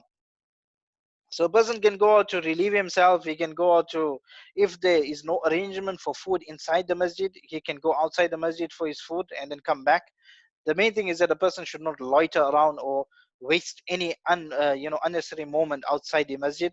Once he is done with his need, immediately come back into the masjid. Some ulama have allowed a person going for the ghusl of Jumu'ah in i'tikaf. And with regards to women's i'tikaf, this is only valid in the masjid according to the majority of the ulama.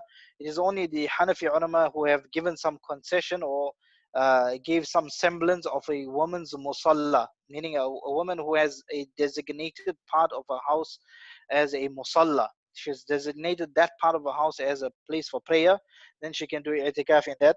But otherwise, majority of the ulama say that the i'tikaf for women, that is something which is permissible in itself. There's no restriction on that as long as there's proper separation, etc. But it must be done in the masjid. Okay, I'll stop here and then we can take questions and go from there, inshallah. I'm gonna see if I can access the questions here by chat. I'm using my telephone, so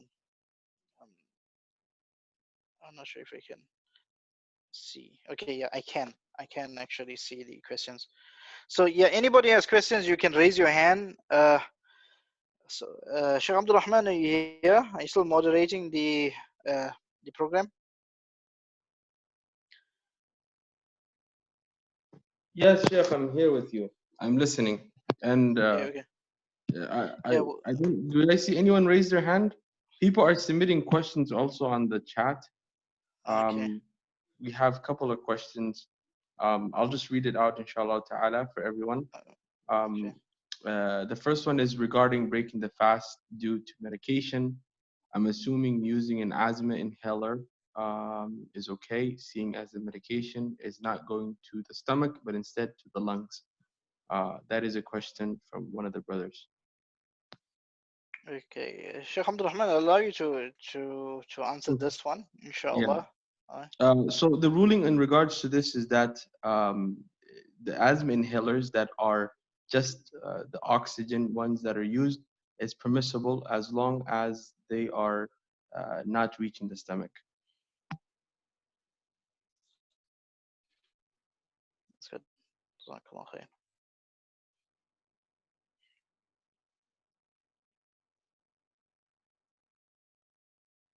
Okay, you gonna go on to the next question?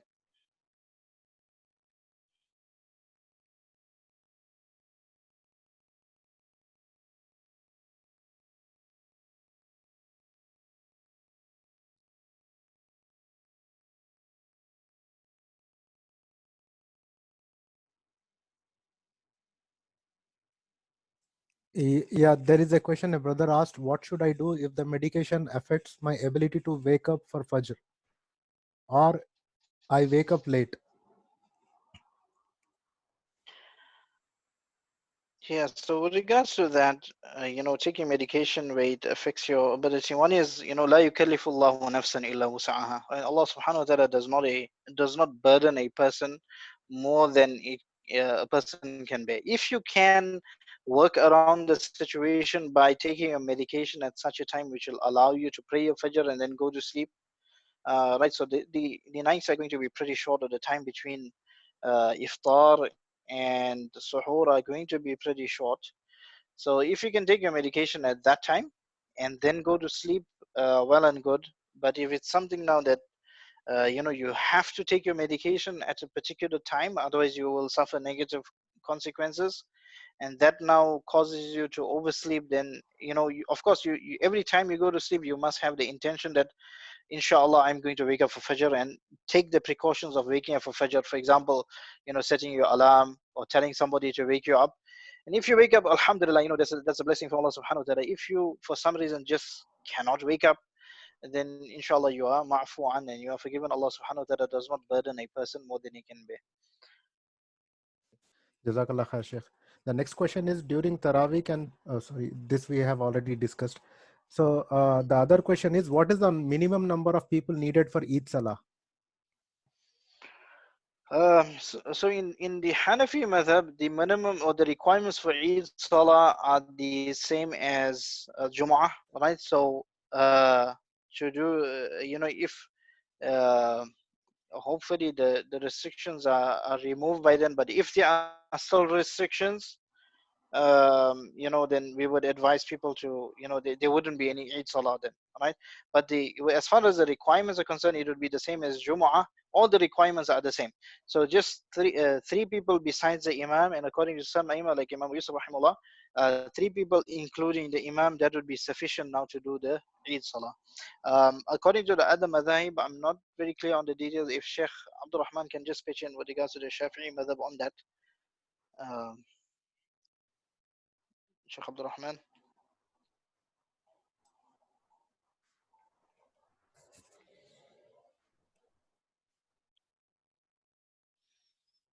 So I don't know if Sheikh Abdul Rahman is he here? Or Yeah, has he left? I think he's dropped. Could have dropped off. Yeah. Yeah. Okay. Okay, we can go to the next Yeah, question. yeah. Next question is like. So inshallah, we'll send out. Hopefully, the restrictions are removed. But if there are still restrictions at that time, we will send out details to the community on what to do for the Eid Salah. Inshallah. Inshallah. Jazakallah khair, Sheikh.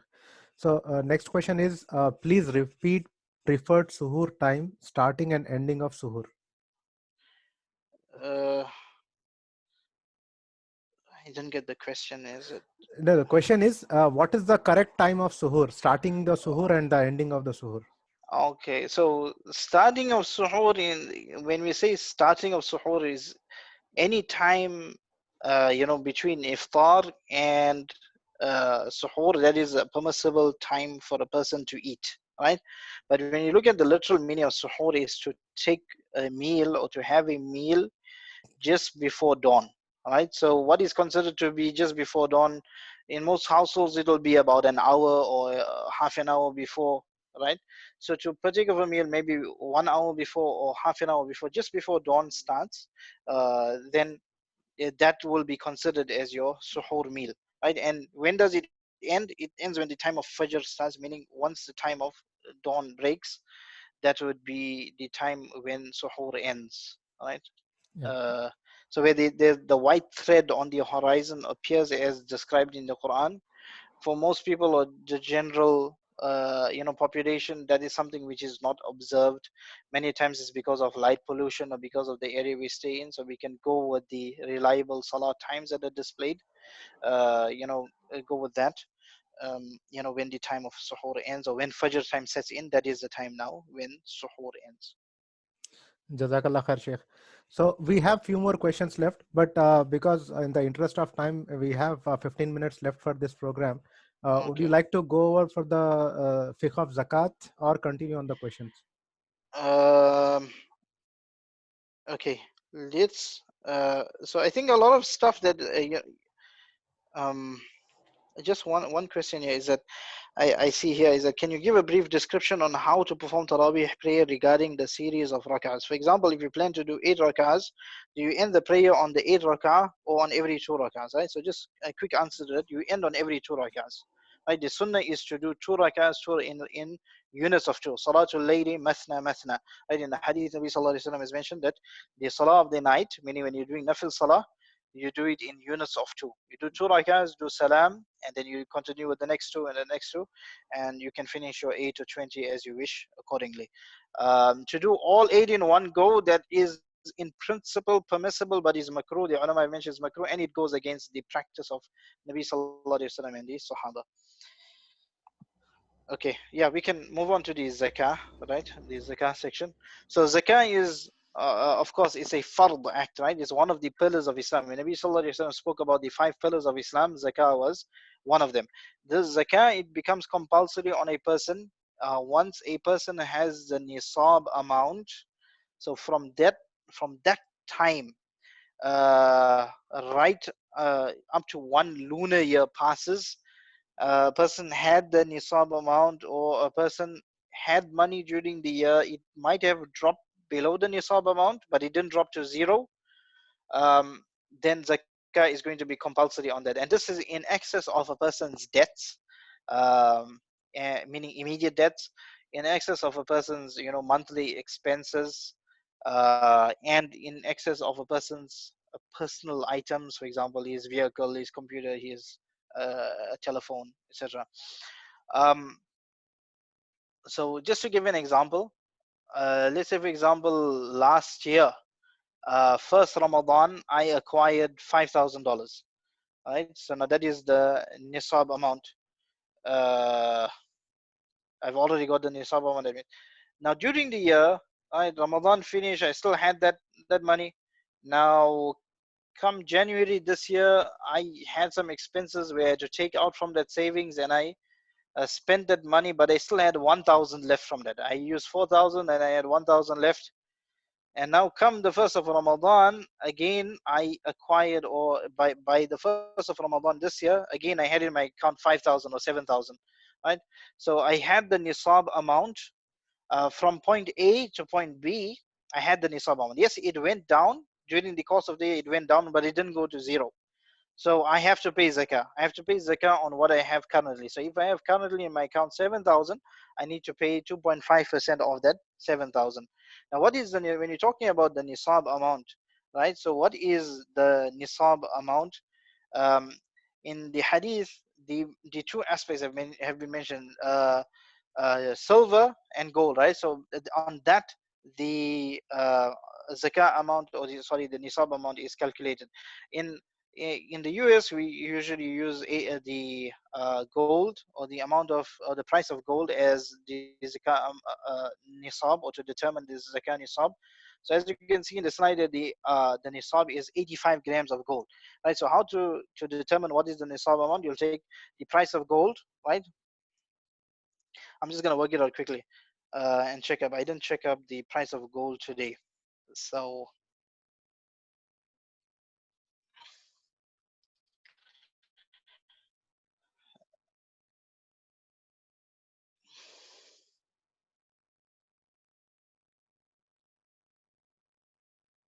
So you got 85 grams of gold, right? And the price per gram is 54.83, right?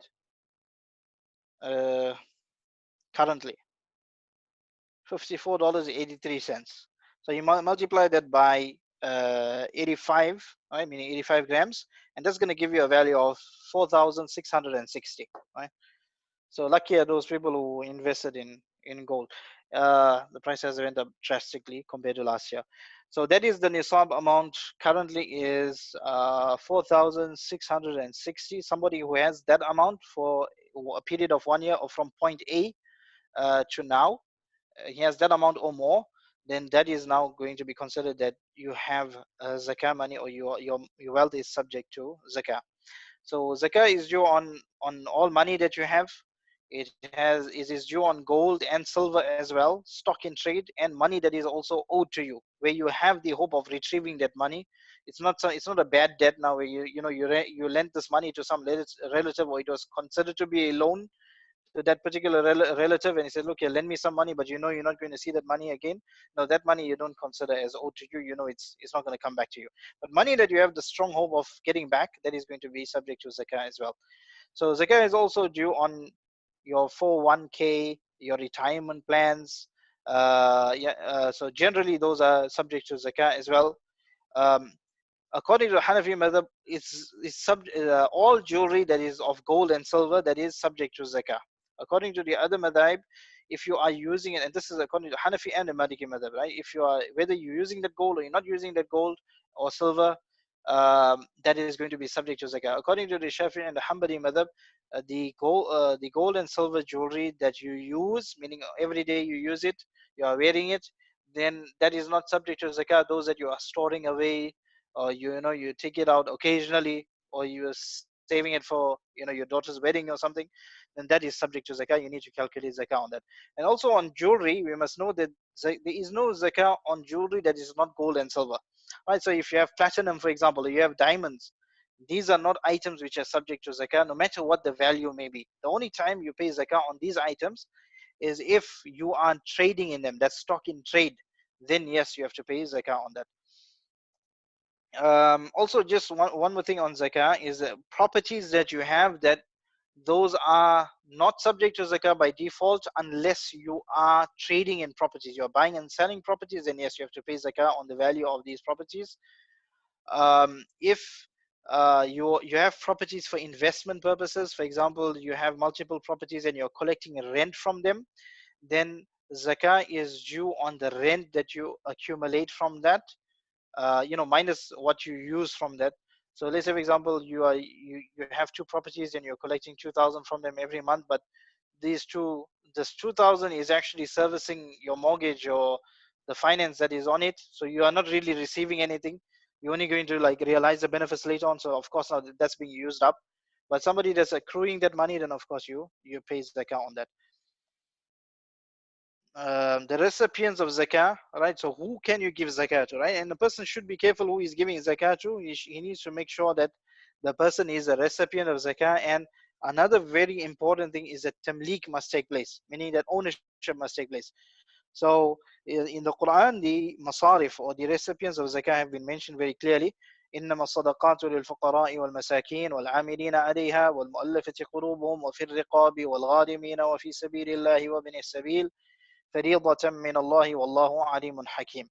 That the sadaqat, that is the zakah, is only for the fuqara and the masakin, meaning for the poor. So faqir and miskin more or less are the same. According to some fuqaha, the faqir is man lahu adna shay, the person who has very little, meaning he has below the nisab amount. He doesn't possess money to the value of, or savings to the value of 4,660, right? Miskin is that person who has nothing, right? he doesn't have anything to his name. He doesn't have a penny to his name. So more or less poor people. وَالْعَامِلِينَ عَلَيْهَا. So this is another category of zakah. Those people who have been appointed by the Islamic government to collect the zakah funds, they can be given zakah as well, meaning they can take a fee from that. وَالْمُؤَلَّفَةِ قُلُوبُهُم. So mu'allafat al-qulub are those people that they are on the fence, meaning that if they are rendered assistance, they would be more attracted to Islam. So based on that, according to the Hanafi ulama, they say that mu'allafat al-qulub no more exists. This was something that was there during the early periods of Islam, but after that they no more exist. Islam has, and based on the statement of Umar radiallahu anhu, that Allah subhanahu wa ta'ala has made Islam independent now, and there are no more mu'allafat al-qulub. According to the Shafi'iyya, they say mu'allafat al-qulub actually refers to Muslims who are poor and they need assistance, and this will strengthen the iman. So they are already Muslims, right? And this will strengthen the iman by giving them zakah funds. But essentially, they are also poor, so they also fall under a category of poor people. The Malikiyya and the Hanabila, they say that even if they are non-Muslim, but this year it's hoped that if they are poor and you give them financial assistance, this will attract them to Islam. Then you can give them zakah, and they are a category which can be considered as zakah worthy. وفي الرقاب والغارمين. في الرقاب are the slaves, right, in setting free of slaves, so that doesn't apply today. والغارمين are those people who are burdened by debt, where the debt exceeds their assets, right? Somebody that he might have some assets, he might have his own house, he might have his own car, but he's got so much of debt now that if you have to actually weigh his assets and his liabilities exceed. So that's a person who is gharim, right? So he actually doesn't have anything to his name, if you look at it. So that person now, you can assist him. It's different to that person now who has he's just accumulated debts, but he's got so many unnecessary assets. Then those unnecessary assets now need to be sold off, and he should settle his debts accordingly. But fi sabilillah, those people who are in the path of Allah subhanahu wa ta'ala, meaning those people who are in war and they need assistance, or min sabil, and those people that are travelers and they do not have funds, they don't have access to funds. Sometimes a person is traveling and he lost his wallet and he's got no access to any funds. Such a person now can be assisted with zakah. Allah subhanahu wa ta'ala says that the zakah is a fariida. It is an obligation from the side of Allah subhanahu wa ta'ala, and Allah subhanahu wa ta'ala is all knowing, all wise. So continuing with zakah of a child, according to Hanafi madhab, a child who has the nisab amount, he is not obligated to give zakah, right? Because he's not baligh. So even though you might have 10,000 to his account, he's got no expenses, he's got 100,000 to his account also, he's not subject to zakah according to the Hanafi madhab. According to the other madhabs, a person who is not baligh but he has a nisab amount, he should give zakah. He has to pay zakah on that. Zakah on jewelry, we explained before, is that it's according to Hanafi madhab, whether you use it or you don't use it, as long as it's gold and silver, you have to pay zakah. According to the other ai is that whether if you use it, then you don't have to pay zakah. If you don't use it, then you pay zakah. Another important point is money owed on mortgages and repayments, long-term loans. So some ulama say that what you owe for the next month, that will be considered as your liability, right? Not what you, so we mentioned about liabilities exceeding assets. So when we talk about, and when you calculate your zakah also, you look at what you own, right? The money that you have, the jewelry that you have, the stock that you have, the retirement plans that are to your name, etc. The value to that after deducting what would be taxed on that, and any penalties that you might have to pay. If you have to cash it today, that's how you'll determine the value. So after taking that into consideration, you look at your liabilities. Now, when you look at your liabilities, let's say, for example, somebody bought a house. Now, he's got to pay that over a period of, let's say, 15 years or 20 years. If you look at the value of the house, it's 1 million. Now, is he going to consider that 1 million entirely as a liability? No. Some ulama say the furthest you will go is to consider what is due on you for the next 12 months. Your monthly payments for the next 12 months, that will be considered as your liability, and you'll minus that from your assets which are subject to zakah. Other ulama say what is due on you only for the next month, and I feel that this is the safer opinion, and many of the ulama of Malaysia, especially the Shafi'i ulama, they had discussed this in detail and come to this conclusion, and I feel that this is the safest, is what is due on you for the next month only. That is your liability, and then you'll minus that amount only from your assets and pay zakah accordingly. Alright, we can take questions now, inshallah, and wrap up.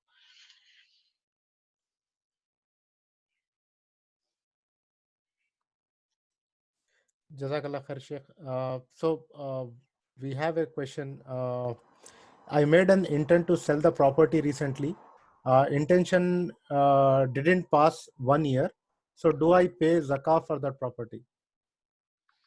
Yeah, so look at the thing about intention to sell property is when you acquired it, that you have the intention to sell it. All right, so that's where it plays a role. Let's say, for example, today you identified a property and you said, look, yeah, I'm gonna buy it for my own investment, or maybe one day I'll have to stay in it, etc. So you don't have the intention of resale then. So such a property is not going to be considered as stock in trade, and then you don't pay zakah on that. And uh, let's say, for example, you purchase it, that was your intention, is to keep it or for your own investment. Later on, now let's say today you decided to sell it, but because your initial intention was not for resale, until you do not sell it, that money or that property will not be subject to zakah. Right? So your intention changing now will not affect it, that you want to sell it now. Only when you sell it, that's when zakah will be compulsory on you on that amount. Jazakallah khair, Sheikh. Okay. So another question is, can I pay zakah to my spouse? No, you cannot. Right. So zakah is permissible to give to poor people, even your family members, but there's exceptions to the rule. A person cannot give his own spouse zakah, according to majority of the ulama. Right. There are some ulama that say it's permissible, but the majority say, the jumhur say, it's not permissible to give to your spouse. Also, you cannot give zakah to your ascendants and descendants, meaning your parents and going up your grandparents. Similarly, you cannot give to your descendants, your children, grandchildren, etc. You cannot give them, even if they are poor. You can give to people going sideways in your lineage, meaning your brothers and sisters, if they are poor, your cousins, your uncles, aunts, you can give them. That is fine if they are poor, but not your spouse, not your ascendants, meaning parents, grandparents, and not your descendants, children, grandchildren, etc. Okay, Jazakallah khair. And similar question is like, if my spouse has some jewelry and she is not earning anything, so do I have to pay zakah on that jewelry on her behalf? Yeah, see, the zakah is an individual obligation on each person. Like how salah is, individually obligatory on you, it's individually obligatory on the next person. Each person has his own responsibility. So a spouse who has a jewelry, right, and if that equals the nisab amount, meaning the value of it exceeds its 4,660 or more, then in that case, it is subject to zakah, right? And now, how do you pay zakah on it, considering that she is not earning? So one way to do it is for the husband. He's not obligated to do that, but he can do it if he wants to, right? If he agrees to pay on behalf of his wife to discharge your obligation for her, then he can pay the zakah on her behalf. She can ask him, and with her knowledge, he pays it on her behalf. Then it is as though she has discharged it. It's just that she's appointed him, and he's done it on her behalf. Other options, let's say for example, this guy is a bad husband. He doesn't want to pay his wife's zakah. In that case, she needs to pay her zakah on her own. If she doesn't have money, then she should sell some part of her jewelry and pay her zakah accordingly. Jazakallah khair. Next question is zakah going to be all amount that we have today or on the amount that has been with us for the year? All the money that you have for today. Let's say your zakah date is due today, then all the money that you have today, that is subject to zakah. So not what you have for an entire year. So let's say, for example, last year Ramadan, first Ramadan, you had 10,000 to your account. Come right up to today, you still had maybe 10,000, maybe 15,000, whatever it may be. Before the first of Ramadan, somebody gave you a gift of 20,000, or you got a company bonus of 20,000. All of that now is going to be added to your zakah assets and will be subject to zakah, right? Even though it was not for you for a year, it was just for you for a day before your zakah was due, but because you had the nisab for 1 year, and whatever comes in during the entire year, that will be included in your zakah assets, and you have to pay zakah on that. Jazakallah khair. Next question is on 401k. I think you already answered this. The question was like, because when you withdraw it now, you incur penalty. So do we have to exclude penalty when you are calculating the zakah? Yeah, you look at the penalty first. So let's say for example, person's got 401k. Generally, he cannot pull it out except with certain conditions or certain penalties and taxes, which are quite considerable. But because it is something which is cashable, meaning that if you really want that money, you can cash it out, right? Uh, it might not be the full amount, but there is a considerable amount that you will be able to get from there. So that is subject to zakah, and you'll calculate first. So if I have to cash it today, what will come in my hand? So of course, first you will be taxed and you will also be penalized. So minus all of that, what comes into your hand at the end of the day, that will be subject to zakah. Jazakallah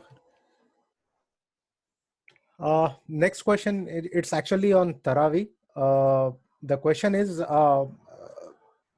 some people switch on TV with Makkah Taraweeh transmission on and start praying Taraweeh with their Jamaat, thinking that they are part of the Makkah Taraweeh. Is that okay? And is their Salah valid? No, the salah is not valid, right? So you cannot use the if that was the case, then we'd all be doing that, I think. So uh, for iqtida to be permissible, meaning to follow a jama'ah, you must be in a place which is attached to the masjid. All right, so if it's not attached to the masjid, then you cannot do iqtida over there. So you can't turn on the transmission and follow from there. You have to be in a place which is attached to the Masjid al-Haram for you to follow the jama'ah from there. So it will not be permissible. Right? You should rather form your own jama'ah at home and perform your own tarawih salah. Jazakallah khair. So next question is, in this situation of COVID-19, can zakat be given to a non-Muslim? No, it doesn't change the COVID-19 situation doesn't change the rule to zakah, because the masarif of zakah are still the same. It hasn't affected them in any way. So we should still maintain our principles as far as that is concerned, that zakah should be given to only Muslims. Yes, if you adopt the Hanbali and the Shafi'i madhab of mu'allafatul qulub, meaning that these are a category of, or these are people now that you very strongly feel that if you assist them with zakah funds, they will be attracted to Islam and they will come to the fold of Islam, and there's high potential of them becoming Muslim, then yes, you can use it and adopt that method. But that would be now going into an area which is mukhtalafi, or there's a difference of opinion. So you rather assist poor, you assist the poor non-Muslims with sadaqah funds, and there's great rewards in that. Your reward is not lesser if you're assisting a Muslim or non-Muslim with sadaqah funds. It's still going to be considered as sadaqah and nafa and benefit to the creation of Allah subhanahu wa ta'ala, which is highly rewarding, and a person is encouraged to do that. But as far as zakah is concerned, because zakah is a special ibadah on its own, keep it to the masarif of zakah, and especially try and avoid the difference of opinion and give it just to Muslims. Jazakallah I khair. would, usually adopt the opinion of the Shafi'i and Hanbali ulama in mu'allafat al-qulub, in situations where relief work is being done in these poor countries, right? And you have a mixture of Muslims and non-Muslims receiving those hampers and packages. So like, people going to Africa, Zanzibar, etc., and other parts of Africa, Malawi, and they generally, you're trying to give it out to Muslims, but at the same time there are non-Muslims in that, and you can't really differentiate, and it's really difficult to say, because you're non-Muslims, you cannot take this. In that case, yes, adopt those people who are doing relief work. You can adopt the Hanbali and the Shafi'i madhab there, but where you can very easily differentiate and not offend anybody, then avoid the difference of opinion. Jazakallah khair, Sheikh. And also, if people want to give, and help the people that are locally affected, there's the option of always sadaqah. And this is actually the view of, because people always ask this question: can we give it to masajids? Can we give it to, because of COVID-19, because masajids are in a desperate situation, or can we give it to the non-Muslims? It comes down to the same ruling that zakah is an exclusive money for these categories of people, or these categories of recipients that can receive the zakah. And in the case in where if someone wants to give, then they should give from their additional wealth. فضول مالهم. يعني if Allah has given someone additional wealth, they should give it as sadaqah, as that is also encouraged. And we shouldn't conflate the two issues as one. And when it comes to even the zakat eligibility of programs that some of the relief organizations do, one of the questions that one of the brothers texted me was about giving it to build wells, and the simple rule that the view that I take, and and I also work very well and close with a lot of the relief organizations. One of the, if the recipients are majority or all of them, like for example, you build a shelter home or a well in an area where there is completely refugees who are all zakah eligible people, and the recipients and only them are that people that are zakah eligible, then in that case something like that is allowed. But the issue that comes to always of issue of concern is the tamlik. Who is the owner of this? Because the purpose of zakah is to also transfer the ownership of whatever that you give, and that is why there's a lot of concern and about building with the zakat money with wells or masajids or hospitals or schools. Rather, you should give it to the people that will benefit, the beneficiaries, more than the construction of these things, because any individual can come who is not zakat eligible and will drink from it, or will come there and receive services at a hospital. And for that reason, that Sharia takes a very strict view of how the zakah is dispersed in Islam. And I just wanted to add to what the Sheikh was saying. Jazakallah Jazakallah khair, khair. Shaykh. Excellent. Jazakallah khair, Sheikh. So Sheikh, there was another question which is related to the similar topic. Like today you have option of giving zakat online to a lot of charitable organizations that we have. So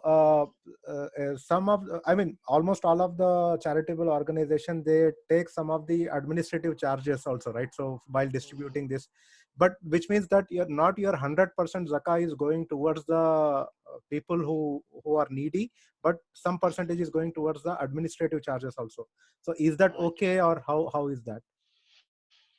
Yeah, that's that becomes problematic because as Sheikh Abdul Rahman had mentioned, the aspect of tamlik, right, of the person becoming the owner of those funds, that needs to take place. So let's say, for example, I gave you $10 to give somebody as zakah. Let's say his name was Yusuf. Now you gave Yusuf that money, but you took into consideration your travel expenses or going from point A to, so you gave him $9. That means only $9 of my zakah has been discharged, whereas it was compulsory on me. Let's say my zakah got calculated as $10. So in that case, my zakah has not been fully discharged. So the same thing here with regards to these organizations or donating online.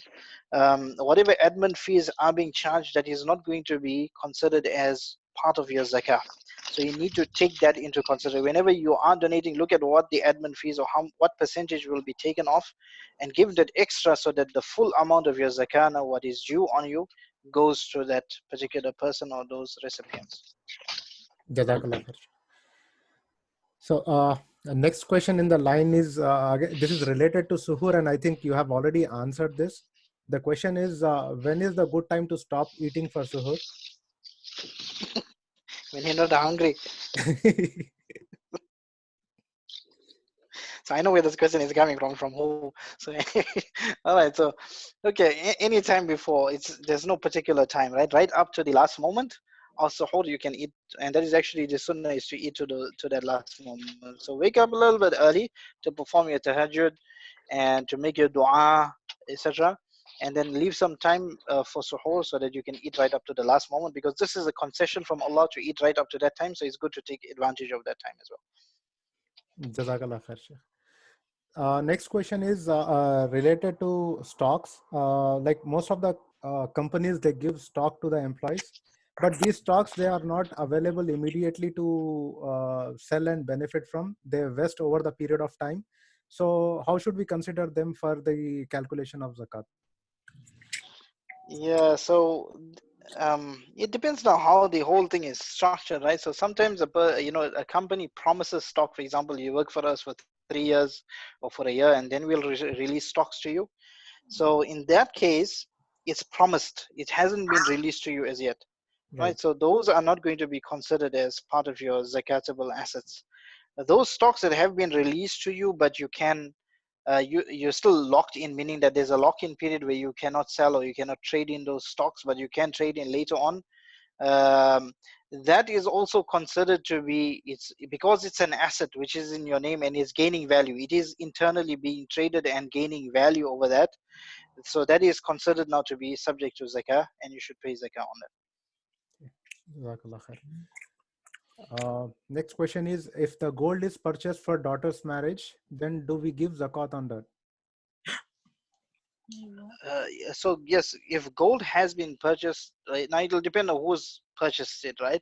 So if it's, let's say the father purchased it, but he still has not yet given it to his daughter. He's got the intention, yes, to give it to, but as long as he does not give it to his daughter and tell her, meaning when you say give it to his daughter, what you mean by that is, um, he can either give it to her physically, or the other is to tell her, look at this gold is yours, it belongs to you, right? We are just keeping it, and then when you get married, we'll give it to you.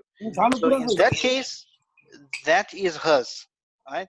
But as long as he doesn't do that, let's say for example he purchased it and he's just keeping it, when my daughter gets married one day, then I'll give it to her, then that is considered to be his or the mother's, whoever it is, and they need to take the responsibility, or they will be responsible for the zakah of that. Okay.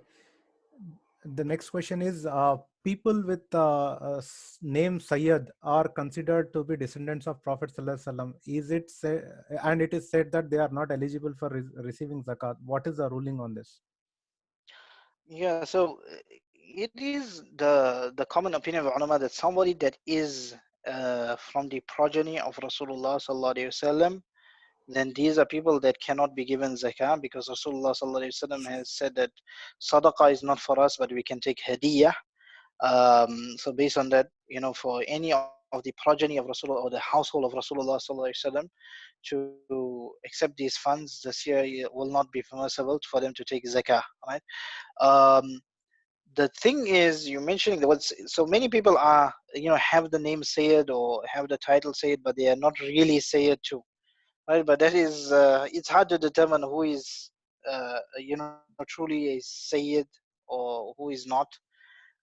So you can't just, because the person has the surname, sometimes people just adopted the surname because of the area they were from, or because of people they were affiliated to, or maybe somebody's name in the family was just Sayyid. So it's not necessary that they are from the household of Rasulullah sallallahu alaihi wasallam. So we shouldn't rule them out entirely. Ask the person if he's from the progeny of Rasulullah sallallahu alaihi wasallam or not. If they confirm, then just take their word for it. It's not something that might necessarily be true, but what they say, that we will judge nahkumu bil dhawahir, right? That we'll judge on what is apparent and what has been said to us. And if they do confirm that they are from the progeny of Rasulullah sallallahu alaihi wasallam, or from the household, then you cannot give them zakah. Jazakallah khair, Shaykh. Next question is, how do we give zakah on rental income? Yeah, so rental income, we did touch on it. So the rental income that you accrue, that will be like how you're collecting money, or you're getting a salary every month. So if it's being saved up, then it will be included with your normal money that you pay zakah on. If it's not being saved up, for example, it's servicing another loan, or it's servicing some other expenses, or maybe maintenance for the building. Let's say all the money is being used in that, then of course it's as though it never came, right? Because it's used up. But if it is not being used up, or only a part of it is being used up, then whatever is remaining will be like whatever money you have saved or whatever money you've earned, and you pay zakah on that. Jazakallah khair. Next one is, can someone give zakat to relatives who have land from inheritance, but family disputes prevent them from using it, and their annual income is less than 85 grams of gold? Yeah, so with regards to that, so money that is due to a person by inheritance, right? So because it's still held up, it's not in your control. Although one is land itself is not a zakatable asset, right? It's considered to be aqarat, or it's considered to be immovable property, where by default zakah is not due unless somebody is buying and selling land. Then yes, it falls under the category of stock and trade. So just because that they have, assuming that it was awarded to them after resolving the dispute, and the dispute got resolved now, or it wasn't resolved, it doesn't make a difference. That's not going to affect their zakah status. If they are poor and they don't earn enough, then they, for example, as the person said that they don't earn more than, or the income is under the 85 grams of gold per annum, then of course they are poor people and they are deserving of zakah. You can give them, as long as it's not your wife, as long as it's not your direct ascendants or descendants. Jazakallah. And Sheikh, there is another follow-up question from another other brother. Can we give zakat to our stepmothers? Yeah, so because your stepmother is not your real mother, is not your biological mother, right? So she's not considered as your asl, so you can give her, right? So that is fine, right? When you say your ascendants and descendants, what we mean by that is somebody that has given birth. When you say ascendant, somebody that has given birth to you. Okay. Okay. Can zakat be paid in advance for next year to help the current economical hardships? Yes, you can, right? You can pay your zakah in advance. That is absolutely fine. One thing to keep in mind though is that come next year when your zakah date is due, the amount has to tally. The amount that you discharge in zakah has to tally with the amount that you have then. So let's say, for example, you have more money next year, right? But let's say this year now you wanted to give your zakah in advance, so you calculated. Look here, for example, I'm gonna have 10,000 next year in my account, so you're giving zakah based on that, 2.5% of that. But come next year, you actually accrued more wealth, right? So 20,000. Now you need to pay the difference, right? Because your due date of zakah, on your due date of zakah, you actually had more than 10,000 or more than the amount that you actually paid zakah on. So you need to make up for that difference. So you can pay zakah, just make sure that when the due date of zakah comes in, the amount actually tallies, or it is more than the amount that you have to discharge.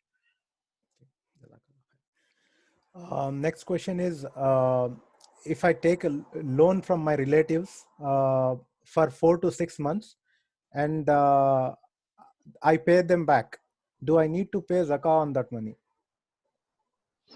I borrowed the money, it was there with me for 4 to 6 months, and then I repaid them. So do I have to pay zakah on that? No, you don't, because you took the loan, right? So that was a debt, that was a liability on you. So you don't have to pay money on which you borrowed from somebody. That is not your responsibility. Yes, they have to pay money that you owe them, right? They have to pay zakah on money that you owe them, right? So that money that is owed to you, and you have the strong hope of receiving that money back, then that money is subject to zakah. So money that you have borrowed from somebody else, you don't pay zakah, because that is not actually your money. You still have to pay it back. It's a liability. Okay, Jazakallah khair. Next question is on itikaf. Can you please share masails for women doing sunnah itikaf? Yeah, so we spoke about sunnah i'tikaf is, according to majority of the ulama, if it's not done in a masjid, then there is no i'tikaf for women. It should be done in a masjid. And according to the Hanafi madhab, if a woman has a designated area in her home which she uses for salah, she can designate that area for her i'tikaf.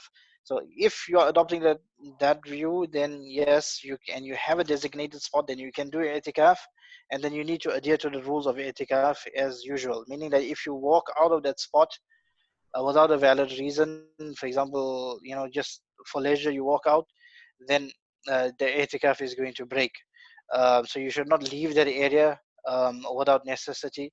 You can leave if, for example, there's nobody else to cook in the home, then you can leave to prepare meals and to provide meals. That is fine. That's considered to be a necessity. Of course, to relieve yourself, to do wudu, etc., that is considered to be a necessity. So for those reasons, yes, you can leave that designated area, but you should return immediately once you are done. Jazakallah khair. So next question you already answered, but I'll just read out the question. If I lend someone money as loan, should I even include that money while counting zakat? Yes, you need to, right? So if you lend money to somebody, money that you lend to somebody and you have the hope of receiving it back, then that is because that money is owed to you, you have to pay zakah on that, right? If it is such a loan, you lend the person money but you have no hope of receiving that money back, the person is always dodging you, or these are the normal typical family loans where they say lend me money, but it's not actually a loan, they're just asking you for money. Then in that case, and you have no hope of receiving it back, then such money is not subject to zakah. Jazakallah khair. Next question is related to fasting. Uh, uh, the question is regarding missed fasts. When one was not practicing or was not aware of the obligations, in that case, should all fasts be made up, whatever were missed because of the ignorance? Yes, right. So fast that you have missed because of your own negligence, and you didn't, or you are not practicing, then you need to make up for those missed fasts, even though it may span over multiple years, but you need to make the intention of making up for those fasts. So a person can, it doesn't have to be done all in one go, stagger it out and break it up over years. The person now uses the days of virtue to fast. For example, the first 10 days or first 9 days of Dhul Hijjah, you get 10 days of qada there very easily when everybody else is fasting. Then you have the day of Muharram, the 2 days over there, right? The 9th and 10th, or the 10th and 11th, Mondays and Thursdays, or the 3 days every lunar month. Break it up in that way and make qada accordingly. Inshallah, it won't be difficult. And Allah subhanahu wa ta'ala knows your intention, that you want to make up and you really want to do it. uh, Even if a person has to pass away in that state, inshallah, of course, Allah subhanahu wa ta'ala is more merciful than us, and the mercy that we would show to a person and leniency we would show to a person after seeing a person making an effort, of course Allah subhanahu wa ta'ala's mercy is much more than that. As long as a person is sincere and making an effort towards making it up, inshallah, that'll be fine. So, Sheikh, in this case, how should we consider it? Like, for example, when we were discussing about fasting, we said Mhm. if a fast is intentionally left out or intentionally broken, then we have to fast for 60 days in order to Mhm. compensate that, right? So, in this case, Right. will it be like 60 days for each missed fast, or 1 day for each missed fast? No. So see, there's a difference. Right? One is breaking the fast, and the other is leaving out the fast entirely, not even starting the fast. Right. So if you didn't even start the fast, you just decided not to fast, then there is no kafara there. There's only qada, Okay. right? But the kafara comes about, the fasting of 60 days comes about where you start the fast and then you break the fast without a valid reason. For example, you just eat or drink without any valid reason. Then in that case, you have to give kafara, or you have to pay the kafara or keep the 60 days consecutively. Now, with regards to the 60 days consecutive, let's say it happened in the same Ramadan multiple times. He started the fast and then he broke the fast in the middle of the day. It happened one day. A few days later, again, he succumbed to his desires and ate again, broke the fast. So he started the fast and broke the fast. So it happened where he broke the fast multiple times in one and the same Ramadan. Does that mean he has to keep 60 days for each fast that was broken in that Ramadan? Or just because it was all happened in the same Ramadan, so only one kafara would be applicable? The answer to that is that only one kafara would be applicable. So if you broke multiple fasts in one and the same Ramadan, there will only be one kafara, meaning that you'll make qada of all the broken fasts and you'll keep kafara of 60 days for that entire Ramadan, no matter how many times you had broken the fast in that Ramadan. Jazakallah khair, Sheikh. Next question is my son is 13. What signs should I look to decide if he is a baligh to lead Taraweeh? Yeah, so look, the thing is, the child would know himself, primarily whether he's baligh or not. But some of these signs of bulugh, which are not, these are not conclusive. The only conclusive sign of a person being baligh is that if he has a wet dream or he ejaculates, that is the only time you are a baligh, right? And or the person has reached 15 years Islamically, 15 years, and whether they've experienced signs of bulugh or being baligh or not, they will be considered as baligh in the Sharia. Other signs which are just more like telltale signs are like, some mustache hair growing, hair under the armpits, the voice deepening or cracking. These are signs now that the child has become baligh. I think the easiest way would be to ask the child, is he baligh or not, to reach age of puberty. Okay. Okay, Jazakallah khair, Sheikh. Next one is on stocks again. So, brother is requesting to elaborate a little on calculating stocks zakah. There are multiple questions in it. So, yeah. So just the short of it, and then I would advise this brother to send this question by email. I'm just going to type out the email address quickly now before I start, and then we can wrap up too, because it's it's 4:30 now. It's 4:30 now. So in the interest of time, so maybe whatever questions were unanswered, maybe they can send questions on email. Yeah. Jazakallah khair, Sheikh. Yeah. So yeah, you can whoever has questions, you can, or if your questions didn't get answered, please forgive me if you didn't get answered as yet. But you can just resend those questions, or if you have any questions, just send it to ask@redmondmosque.org. Inshallah, I'll sit with that and I will answer it. Right. So just quickly on the stock though. So 2.5% of the total stock, yes, is due as zakah after minusing your capital, any tax that you would have to pay. Right. So of course, because these are now something which you owe the government, it's like money you owe. There's no way around it, or there's no way out of it. So you will definitely remove that first, or subtract that first, and look at what is the pure or the raw value of or you can say the net value of your stock, and pay zakah on that 2.5% of the value of that stock. The math would be the same for the long term or short term. Any tax would be, meaning the same thing would be applicable to long term and short term stock. Where end of the day, you look at the zakat date, what you have in your hand, and what is the value minus any money that you owe either to the government or any liabilities, and you pay zakah on that accordingly. Jazakallah khair, Sheikh. Okay, we can wrap up now, inshallah. And then if there are any unanswered questions, just send it to the email. Inshallah, I'll sit with it one of these days and we'll answer them. Sure, inshallah. So, Sheikh, would you like to conclude the session with a dua? Inshallah. Is Sheikh Abdul Rahman here? Yeah, he is here. Okay, yes, so he can conclude, inshallah, with the dua.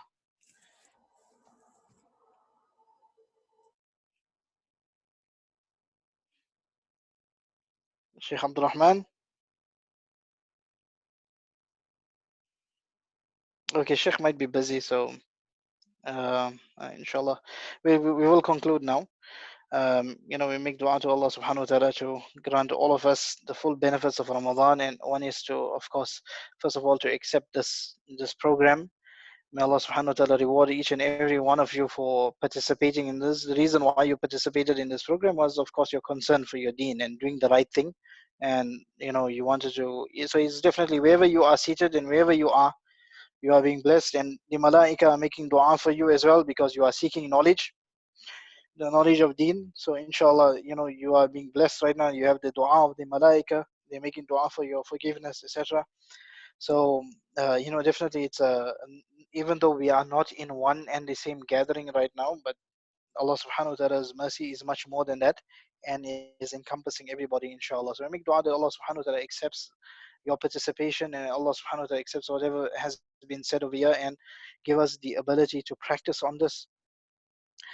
And together with that, may Allah subhanahu wa ta'ala grant us the ability to, and the great fortune of benefiting from this month of Ramadan to the maximum.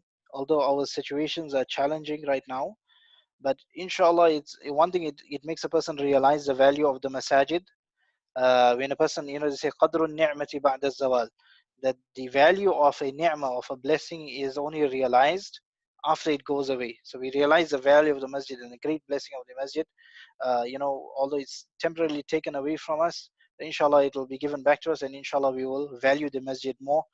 And at the same time, there's also great benefit in this too, where we have more time to spend with our families and to provide the Islamic upbringing, and together with that to perform salah in jama'ah and to awaken that spirit of salah, etc. And everybody's doing things with regards to the deen collectively. So inshallah this will bring about great benefit as well, inshallah. So there's a lot of khair and there's a lot of good in this. So don't be discouraged. And as Sheikh Abdul Rahman had pointed out in the beginning of the program, it's the time of Ramadan, not necessarily the place where you are being blessed. So every moment, whether we are at home or whether we are in the masjid, we are, there's great blessings to take from this month of Ramadan. And may Allah subhanahu wa ta'ala keep everybody safe, keep everybody happy and healthy with iman, with good health. And we make dua to Allah subhanahu wa ta'ala to remove the suffering of those people who are suffering in different parts of the world, in India, in Kashmir, in Palestine, in Iraq, in Syria, in Burma, in all other parts of the world. May Allah subhanahu wa ta'ala remove their difficulty, and may Allah subhanahu wa ta'ala make it easy for them in Afghanistan, wherever they may be. May Allah subhanahu wa ta'ala allow us to be of assistance to them. And the very least we should do is make dua for them as well, include them in our du'as. وصلى الله وسلم وبارك على نبينا وآله وصحبه. السلام عليكم ورحمة الله وبركاته. Jazakallah khair, Sheikh, and Jazakallah for everyone for joining and Ameen. making this Jazakallah successful. khair for presenting the questions and hosting the program. I appreciate it. Assalamu alaikum. Jazakallah khair all. Jazakallah khair, Brother Jafar, for organizing all of this. Welcome.